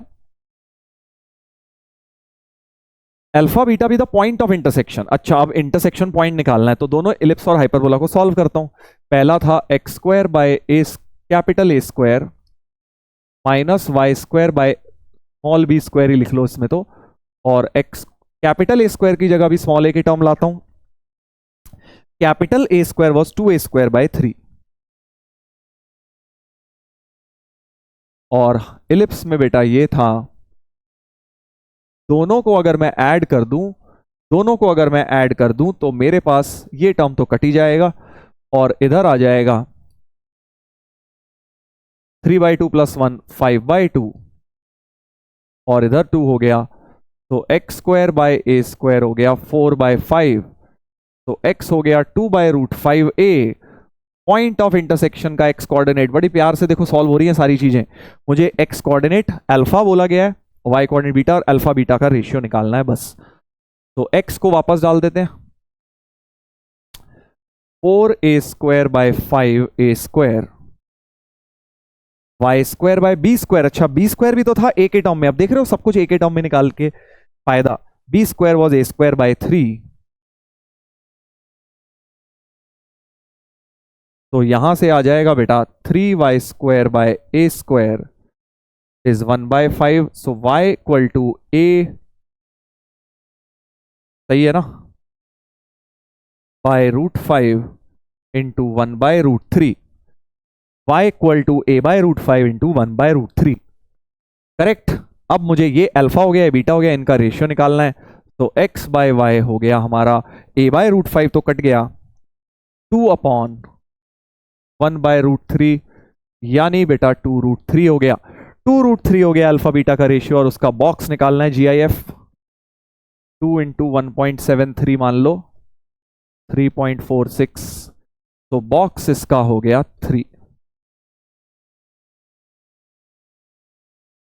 तो ये क्वेश्चन भाई देखो ऐसे हमने स्टेप बाय स्टेप चलते हुए सॉल्व कर दिया, ठीक है। तो तुम बोलोगे सर आपको तो पता था ये सब स्टेप लगाने, हमें कैसे पता? मेरे को पहली बार भी जब मैंने किया ऐसे ही किया, मैं डेटा लिखता जाता हूं और साथ साथ उसी को एनालिसिस करता जाता हूं। अब मैंने क्या थॉट लगाया कि भाई बहुत सारे अननोन्स हैं, तो सारे अननोन को एक ही वेरिएबल के टर्म में ले आता हूं, रेशियो निकालना था, वो लास्ट में वो वेरिएबल कट गया बेटा हर जगह से, right.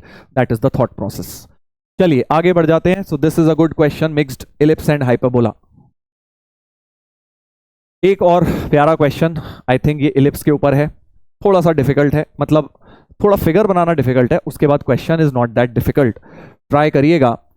PQRSTU be a regular hexagon of maximum possible area inscribed in ellipse such that PQST lie on the boundary of the ellipse, R and U are the foci।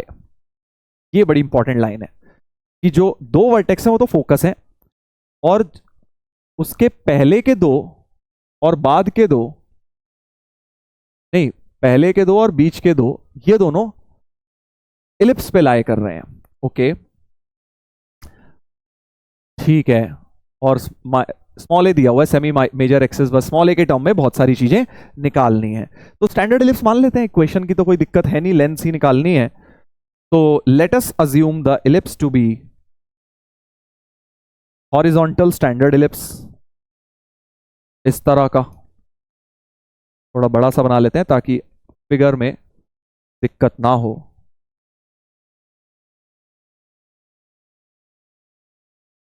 चलिए अब हमें बोला गया है कि जो हेक्सागन है, रेगुलर हेक्सागन, उसके दो वर्टेक्स आर और यू, पी क्यू, अगर मैं ऐसे बनाऊं PQ R ST U, तो इस तरह से इंस्क्राइब नहीं होगा, सोच के देखो, इस तरह से इंस्क्राइब होगा, है ना, और सिमेट्रिकली बोल सकते हो क्योंकि दोनों फोकस से पास करना है, इसको PQ बोल दो, इसको Q R S T U, तो सिमेट्री से बोल सकते हैं ये दोनों बिल्कुल सेम पैरेलल होंगे, पैरेलल लाइंस होंगी, एक्स एक्सिस के पैरेलल लाइंस हैं ये दोनों, राइट। इस तरह से हमारा हेक्सागन इंस्क्राइब्ड है बेटा, R और U पॉइंट्स फोकस हैं, ये फोकस है बेटा, और ये रेगुलर हेक्सागन है, रेगुलर हेक्सागन है, ठीक है, ओके समझ गए।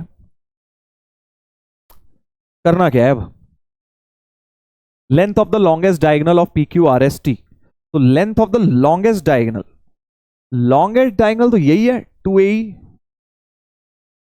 Longest diagonal is equal to 2UR है, मतलब सॉरी UR है बेसिकली, और UR तुम्हारा 2AE है। तो इसेंट्रिसिटी नहीं पता, बेसिकली हमें ए के टर्म्स में तो आंसर देने ही है। Eccentricity is what we have to find out. इस इलिप्स की अगर इसेंट्रिसिटी निकल गई तो बात बन जाएगी, और वो यूज होगा regular hexagon, because we know regular hexagon के सारे एंगल 120 होते हैं, है ना, सारे एंगल बेटा 120 होते हैं। ठीक है, मतलब बहुत तरीके से अब तुम इसको एनालिसिस कर सकते हो। जैसे ये वाला अगर मैंने जोड़ दिया, सो ये 90 हो गया और ये 30 होता है, राइट, तरह से होता है प्लेस्ड, और ये तो साइड लेंथ है, और ये वाला भी तुम्हारा 60 होता है, करेक्ट, 60 होते हैं वो दोनों। तो इस ट्राइंगल में, ट्राइंगल RTU, इसके अंदर मैं थोड़ी सी ज्योमेट्री लगा देता हूं। ये वाला 2AE हो गया, तो वी कैन से दैट जो UT हो गया वो 2AE cos 60 हो गया, यानी AE हो गया बेटा, और जो RT हो गया वो 2AE sin 60 हो गया, यानी √3 टाइम्स AE हो गया, करेक्ट। अच्छा, अब क्या कर सकते हैं, और क्या कर सकते हैं?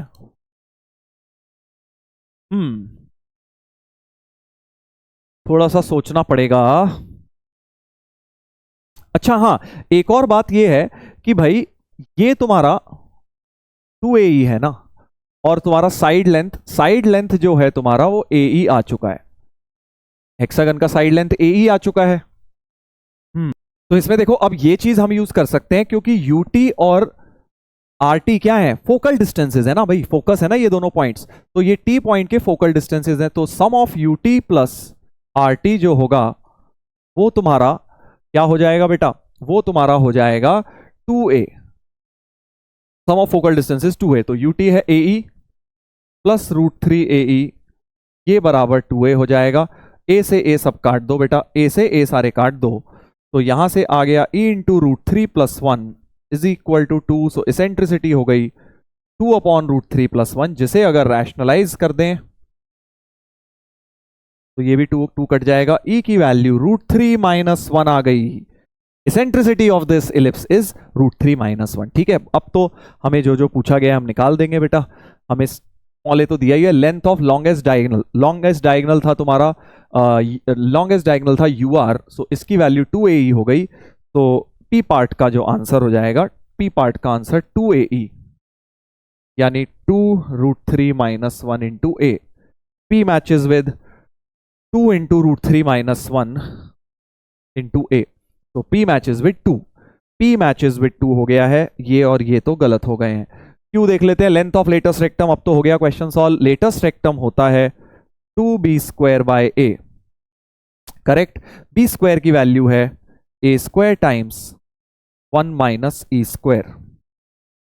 तो E² की वैल्यू निकाल लो यहां से, E² हो गया 4 माइनस 2√3, E² को यहां डाल दो 1 माइनस 4 प्लस 2√3, तो ये हो गया 2A इंटू 2√3 माइनस 3।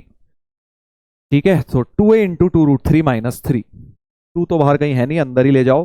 तो 4√3 माइनस 6, 4√3 माइनस 6, ये वाला ऑप्शन इससे मैच कर गया बेटा, राइट, फिफ्थ मैच कर गया। Q matches with 5, Q matches with 5, तो आंसर तो B होना चाहिए। और बाकी ऑप्शंस अभी हम चेक कर लेते हैं बेटा।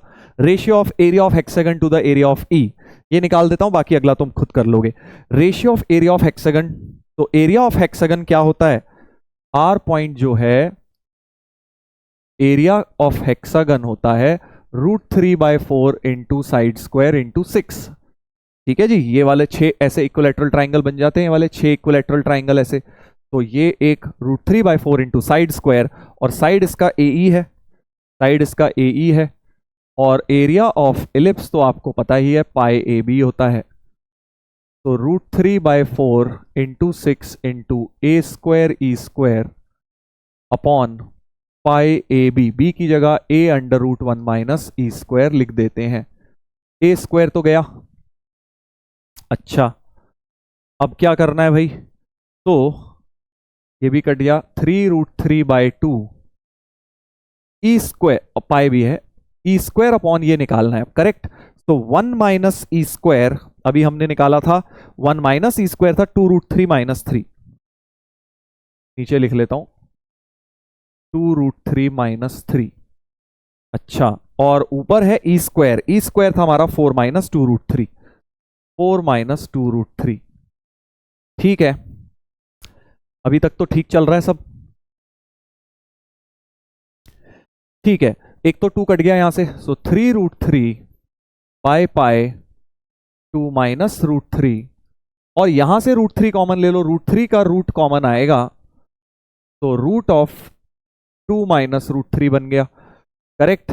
तो एक तो 3√3 बेसिकली 3 इंटू 3 की पावर 1/4 हो गया, और ये 2 माइनस √3 एक कट जाएगा बेटा, 2 माइनस √3 की पावर हाफ रह जाएगी। सही है, अभी इस फॉर्म में लेके आना है। देखो थोड़ा फॉर्म जो है डिफरेंट है, फॉर्म अलग सा है, तो वैसा ही कुछ लेके आ रहा हूं। 3 की पावर 5/4 तो बन चुकी है। अब ये जो है ना, इसको जरा चेंज करता हूं, देखो ध्यान से सुनना, बड़ा अच्छा टेक्निक लगा रहा हूं। √2 से मल्टीप्लाई एंड डिवाइड करता हूं, √2 से, हाँ तो √2 जब जाएगा अंदर तो 2 बन के जाएगा, क्योंकि पावर हाफ है ही, तो 4 माइनस 2√3 का पावर हाफ हो जाएगा बेटा। ऐसे लिख सकता हूं, मैंने ऊपर नीचे √2 से मल्टीप्लाई किया और ये परफेक्ट स्क्वायर बन गया, √3 माइनस 1 का होल स्क्वायर, तो कट जाएगा। सो 3 की power 5/4 into √3 minus 1 upon pi √2 बन गया है ये रेशियो। कंपेयर करते हैं इससे, है ना, ये देखो ये वाली टर्म आ गई, तो k की वैल्यू तुम्हारी क्या बन गई है, k की वैल्यू तुम्हारी ये बन गई है, सॉरी क्या कर दिया है मैंने, कहां गया, k की वैल्यू बन गई है दिस वन, √3 माइनस 1, k की वैल्यू बन गई √3 माइनस 1। पूछा क्या हुआ था, पूछा हुआ था a इंटू के का प्रोडक्ट, सो √3 माइनस 1 इंटू ए, यानी कि 1 से मैच हो जाएगा, r मैचेस विद 1। सिमिलरली अब आप s मैच कर लेना, 3 से मैच वो हो जाता है, 3 से मैच हो जाएगा, राइट। चलो हम नेक्स्ट पर आते हैं, नेक्स्ट क्वेश्चन करेंगे। ये भी जो क्वेश्चन है ना, ये थोड़ा कैलकुलेटिव ज्यादा है। Reflection of the ellipse across the mirror, मतलब बेसिकली रिफ्लेक्टेड इलिप्स निकालना है यार, ये लेंदी है, दैट इज इट। तुम्हें मेथड पता भी होगा, मेंस में भी कई बार यूज हो चुका है, कि आप क्या करेंगे, इसका एक जनरल पॉइंट ले लेंगे, 3 cos theta 2 sin theta, correct, और उस पॉइंट की इमेज निकाल देंगे y इक्वल टू 2x में। ठीक है, तो image of a point in a line आपको आता है x माइनस x1, और इस लाइन को लिख लो 2x minus y equal to 0 upon 2a is y minus y1 upon 2b is minus of, point को लाइन में डालेंगे 6 cos theta minus 2 sin theta by a² plus b² 5। ठीक है, तो यहां से आपके पास इमेज आ जाएगी इन टर्म्स ऑफ थीटा। जैसे इसको अगर हम सॉल्व करें, तो 5x क्रॉस मल्टीप्लाई कर रहा हूं, minus 15 cos theta is minus 20 cos theta plus 8 sin theta, तो 5x बराबर 8 sin theta minus 5 cos theta, correct. सही लिखा है मैंने, नहीं 6 4 24 था यार, ये 20 थोड़ी था, 24 था, तो 9 cos थीटा हो जाएगा, एक्चुअली ये वाला 9 cos थीटा हो जाएगा। ठीक है ना, तो 5x की वैल्यू ये आ गई है, एक इक्वेशन बन गई। ऐसे ही अब एक यहां से y की इक्वेशन बन जाएगी, तो 5y minus 10 sin theta is 12 cos theta minus 4 sin theta, तो 5y बराबर 12 cos theta plus 6 sin theta. ये बन गई इक्वेशन नंबर 2, ये बन गई 1, और अब दोनों में से आप थीटा एलिमिनेट कर देना, है ना, दो लीनियर इक्वेशन बन गई। cos थीटा sin थीटा में पहले cos थीटा सॉल्व कर लेना, sin थीटा और थीटा एलिमिनेट कर देना, वो रिफ्लेक्टेड इलिप्स की इक्वेशन बन जाएगी। That is how you find reflected curve, right. So इन दोनों में से एलिमिनेट थीटा, फिर आपके ऑप्शंस मैच हो जाएंगे। तो इसको होमवर्क में बेटा कंप्लीट कर लेना, बिकॉज कैलकुलेटिव है और कुछ भी नहीं बचा है इसमें। कैलकुलेशंस करनी है वो इसी फॉर्म का आएगा, ABHC आप निकाल सकते हो। ठीक है, चलिए तो आगे बढ़ जाते हैं। ये वाला पार्ट हमने थीटा को एलिमिनेट करना है इन दोनों से। अगला वाला नेक्स्ट क्वेश्चन देखते हैं। नेक्स्ट क्वेश्चन देखने में बहुत खतरनाक लग रहा है। दो इलिप्स दिए हुए हैं, alpha and F alpha with the eccentricity of the ellipse this and this. तो मतलब फंक्शन क्रिएट करना है, साफ समझ आ रहा है कि इसकी इसेंट्रिसिटी अगर अल्फा है तो इसकी एफ अल्फा बनानी है, और फिर उस फंक्शन से कॉम्पोजिट्स बनाने हैं, F F F of F of F of N times, मतलब कुछ पैटर्न यार ऑब्जर्व करना है ना। तो पहला काम तो यही है, दोनों की इसेंट्रिसिटी लिखता हूं। अब सर ये हॉरिजॉन्टल इलिप्स हैं या वर्टिकल इलिप्स हैं? देखो ये दिया हुआ है कुछ, तो कौन सा बड़ा है? अगर ए स्क्वायर बड़ा है, 4b² माइनस 3a² अगर बड़ा है, अज्यूम करके देख लेते हैं और काट पीट के देख लेते हैं, तो b² ग्रेटर देन a² आ गया, विच is true, which is true. यानी इसका जो है हॉरिजॉन्टल इलिप्स है बेटा। ये कैसा इलिप्स है? हॉरिजॉन्टल इलिप्स है।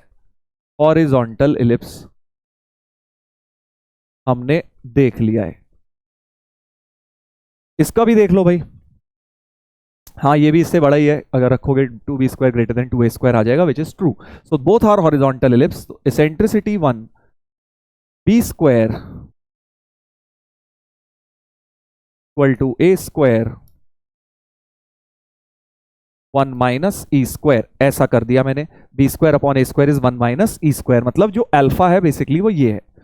अल्फा ले लो यार, फर्क नहीं पड़ता, alpha square. So alpha square बन गया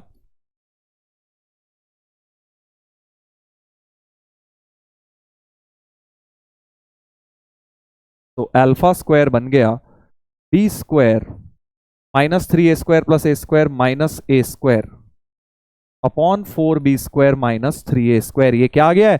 अल्फा स्क्वायर, यानी इसेंट्रिसिटी 1 आ गई है। अल्फा की वैल्यू रूट ऑफ दिस हो जाएगी। एफ अल्फा इसकी इसेंट्रिसिटी है, तो इसमें भी लगाते हैं b² equal to a² 1 minus e², यानी 1 माइनस एफ अल्फा का होल स्क्वायर। तो एफ अल्फा का होल स्क्वायर बन जाएगा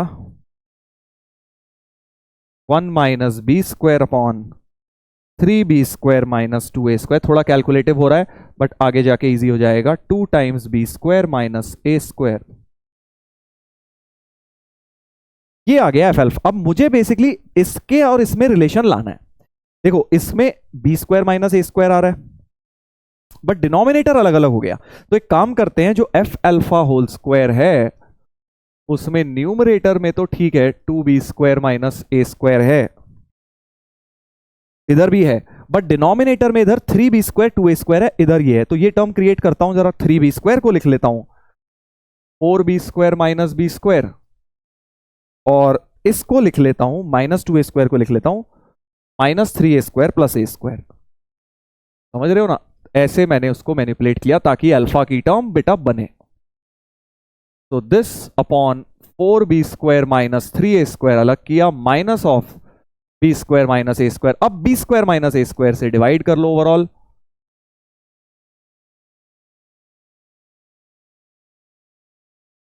-1 हो गया। और ये चीज अब तुम्हारी क्या हो गई है? बेसिकली ये अल्फा की टर्म देखो क्रिएट हो गई है। तुम्हारा जो अल्फा स्क्वायर था इसी का रेसिप्रोकल था, है ना, b² minus a² upon this. तो ये जो टर्म है वो 1 बाय अल्फा स्क्वायर बन गई है। तो we have 2 alpha square upon 1 minus alpha square, ये हमारा एफ अल्फा का होल स्क्वायर है। नाउ इसेंट्रिसिटीज हैं तो प्लस माइनस तो आएगा नहीं, सिर्फ पॉजिटिव वाला लेना है। सो एफ अल्फा हो जाएगा √2 alpha upon √1 minus alpha square. Function जो है क्रिएट हो गया है भाई। इतनी मेहनत के बाद क्या हुआ है? फंक्शन क्रिएट हो गया है। और अब इस फंक्शन का कॉम्पोजिट तुम्हें देखना है, पैटर्न क्या आएगा वो तुम अब कर लोगे। n टाइम्स मतलब पावर्स में कुछ पैटर्न बन जाएगा, तो 2-3 कॉम्पोजिट निकालना, तुम्हें पैटर्न समझ आ जाएगा। पहले एफ ऑफ एफ अल्फा निकालना, F of F of F of alpha, बस इतना भी निकाल लेना, पैटर्न तुम्हें समझ आ जाएगा। वैल्यू भी डाल के फिर देख सकते हो, n की वैल्यू 2 और 3 डाल के जो ऑप्शन सेटिस्फाई कर रहा हो वो आंसर है। ठीक है, तो अच्छा क्वेश्चन है।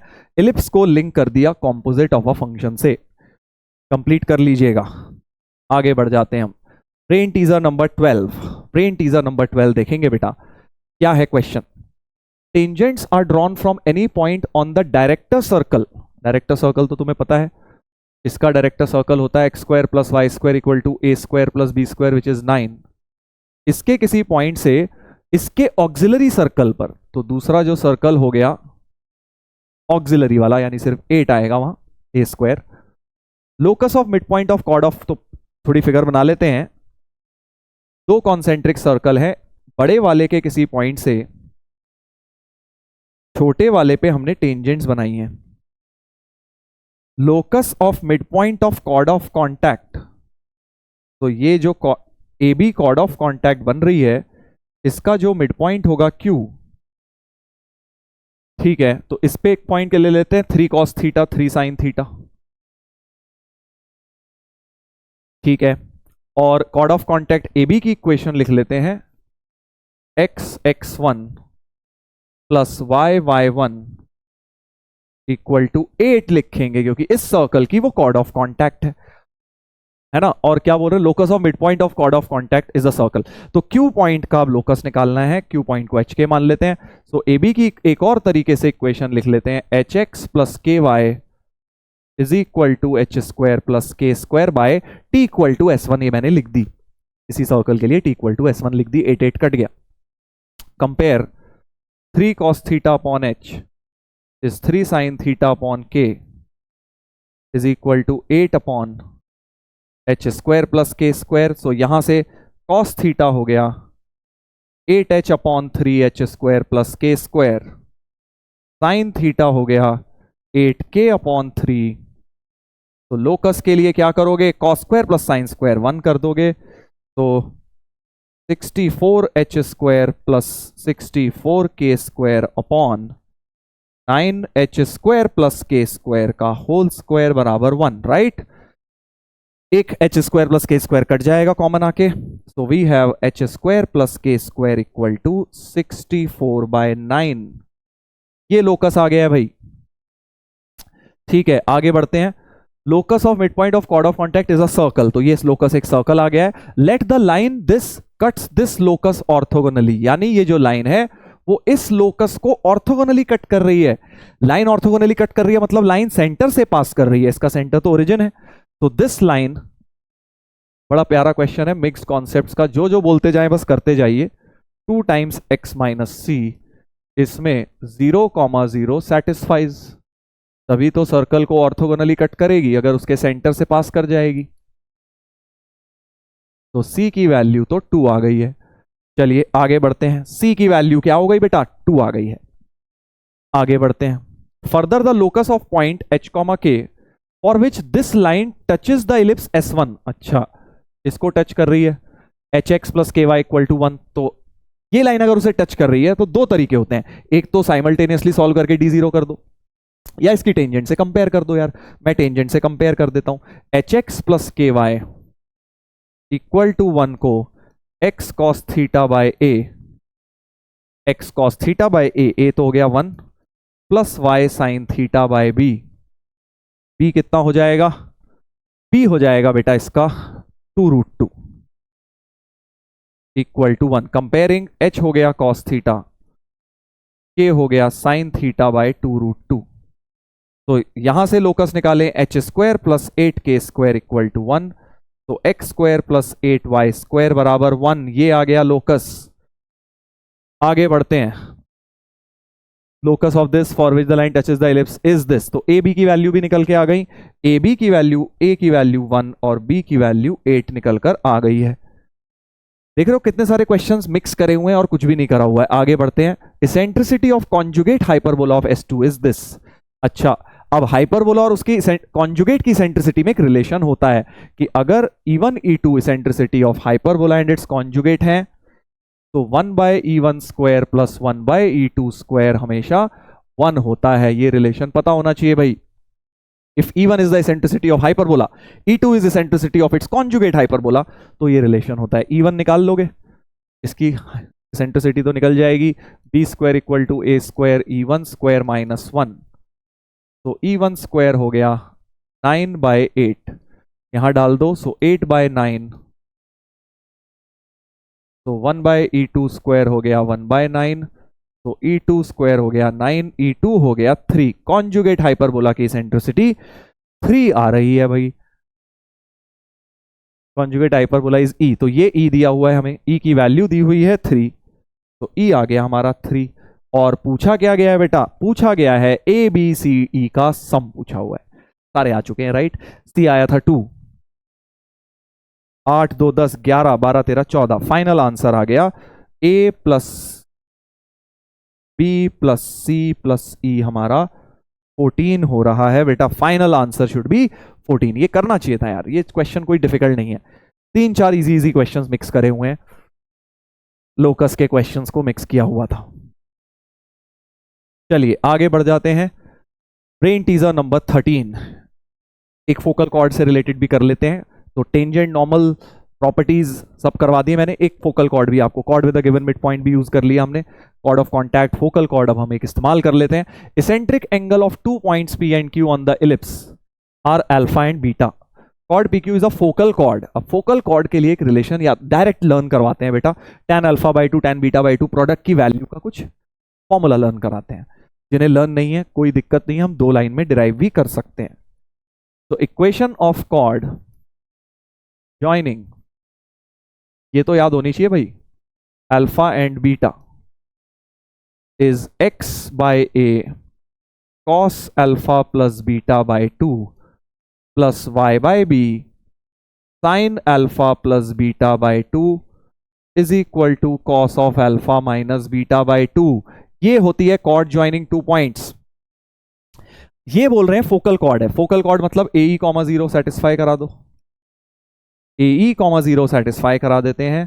तो E cos alpha plus beta by 2, यहां तो 0 हो गया, equal to cos alpha minus beta by 2।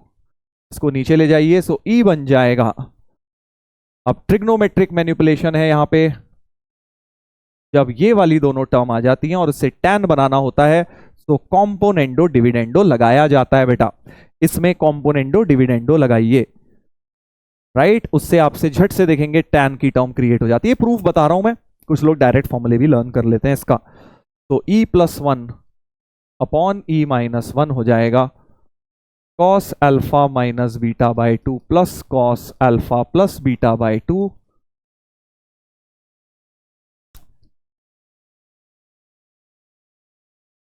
तो बेसिकली उल्टा लगा देता हूं क्योंकि मुझे ऊपर साइन बनाने हैं ना, तो ऊपर माइनस नीचे प्लस, ये भी कर ही सकते हो, क्या फर्क पड़ता है। तो E minus 1 upon E plus 1 हो जाएगा cos C minus cos D 2 sine C plus D by 2 sine D minus C by 2 cos C plus cos D 2 cos C plus D by 2 cos C minus D by 2। 2 से 2 गया, so tan alpha by 2 into tan beta by 2 की value क्या बन गई है, E minus 1 upon E plus 1। ये learn कर लेते हैं कुछ लोग डायरेक्ट, अगर लर्न कर लेते तो क्वेश्चन शॉर्ट हो जाता बेटा।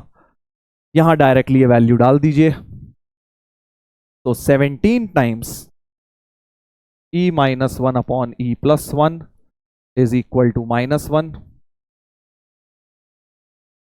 तो 18 E बिकम 16, 8 बाय 9 आ गई इसेंट्रिसिटी। इसेंट्रिसिटी क्या आ गई है, 8 बाय 9 आ गई है। अब आगे पढ़ लेते हैं। कॉनफोकल है, ठीक है, तो यहां से बेसिकली आपका जो है बी स्क्वायर निकल के आ जाएगा ना, B square equal to 81 1 minus E square, तो बी स्क्वायर हो जाएगा 81 माइनस 64, 17 हो गया। बी स्क्वायर तुम्हारा 17 हो गया। और कॉनफोकल अगर होते हैं, इलिप्स एंड हाइपरबोला अगर कॉनफोकल होते हैं बेटा, तो इसका डायरेक्ट एक रिलेशन होता है, ट्रिक याद रखो। कॉनफोकल अगर होते हैं इलिप्स एंड हाइपरबोला, तो a square minus b square of ellipse is equal to A square plus B square of hyperbola. तो 81 minus 17 equal to A square था तुम्हारा, यही ए स्क्वायर है, स्मॉल ए स्क्वायर, और बी स्क्वायर तो same ही है, तो बी स्मॉल बी वहां भी था यहां भी, तो ए स्क्वायर प्लस 17 हो गया बेटा। तो 64 equal to A square plus 17, a square आ गया 47। सही है। 57 और 7 सही है 64 होता है, तो ए स्क्वायर हमारा 47 बन गया है। रूट ए स्क्वायर प्लस 2 पूछा है, तो 47 प्लस 2 49 7 हो गया आंसर। अगेन उनको इजी लगेगा जिन्होंने बेटा थ्योरी अच्छी तरह पढ़ी है, ये सब चीजें पढ़ा रखी है नोट्स में। अगर आपने नहीं पढ़ रखा तो आपको टफ लगेगा। कोऑर्डिनेट है ही ऐसा, it's not a grey area वाला चैप्टर कि यार पढ़ लिया तब भी नहीं होंगे क्वेश्चंस। ये वो वाला चैप्टर है, अगर मेहनत कर लिया ना ढंग से तो क्वेश्चंस होने लग जाएंगे। और इसका सबूत तुम्हें बेटा पीवाईक्यूज में मिलेगा। तुम पीवाईक्यूज उठा के देखो, अगर ढंग से तुम्हें आज की क्लास में सब कुछ समझ आ गया है तो तुम्हें पता था कॉन्सेप्ट्स, तो ये क्वेश्चन हो ही नहीं सकता तुमसे ना हो। करके देख लो, लास्ट ईयर का भी तुम करके देख लेना, पिछले 10-15 सालों के क्वेश्चन लगा लो, तुम्हें एक भी इलिप्स का ऐसा क्वेश्चन नहीं मिलेगा जो बहुत टफ था, सर हम तो सोच ही नहीं सकते थे, कोई क्वेश्चन नहीं है। Same with parabola. हाँ, हाइपरबोला में एक आ गया था 2-3 साल पहले थोड़ा सा डिफिकल्ट, तो अब ये वाला आप होमवर्क में करेंगे बेटा, इसको आप निपटाएंगे होमवर्क में, राइट, एडवांस वाला क्वेश्चन। चलिए, तो इसके साथ ही होमवर्क बाकी आपके पीवाईक्यूज हो गए 2013 से लेके 2024 तक के। अब आप कोनिक्स के पूरे पीवाईक्यूज कर सकते हैं, पैराबोला, इलिप्स, हाइपरबोला जो है मिक्स करके अब आप कर लीजिए, ठीक है। चलिए, तो आज का सेशन के साथ हमारा कोऑर्डिनेट ज्योमेट्री भी हो गया है समाप्त। अब हमारी बस एक ही यूनिट बची है भाई, अदर देन कॉम्प्लेक्स नंबर, मतलब अलजेब्रा का एक कॉम्प्लेक्स हम करेंगे, फिर हमारी सिर्फ ट्रिग्नोमेट्री वाली यूनिट बची है, ट्रिग्नोमेट्रिक इक्वेशंस एंड आइडेंटिटीज। तो अगले लेक्चर में कॉम्प्लेक्स नंबर पढ़ेंगे, बहुत मजा आने वाला है, और इस बार कॉम्प्लेक्स के क्वेश्चंस आने के चांसेस ज्यादा हैं बेटा, तो उसको पढ़ के बैठिएगा। नेक्स्ट क्लास में हम लोग रिवाइज करेंगे। चलिए, so thank you so much बच्चों, मिलेंगे नेक्स्ट क्लास में, टेक केयर, बाय बाय।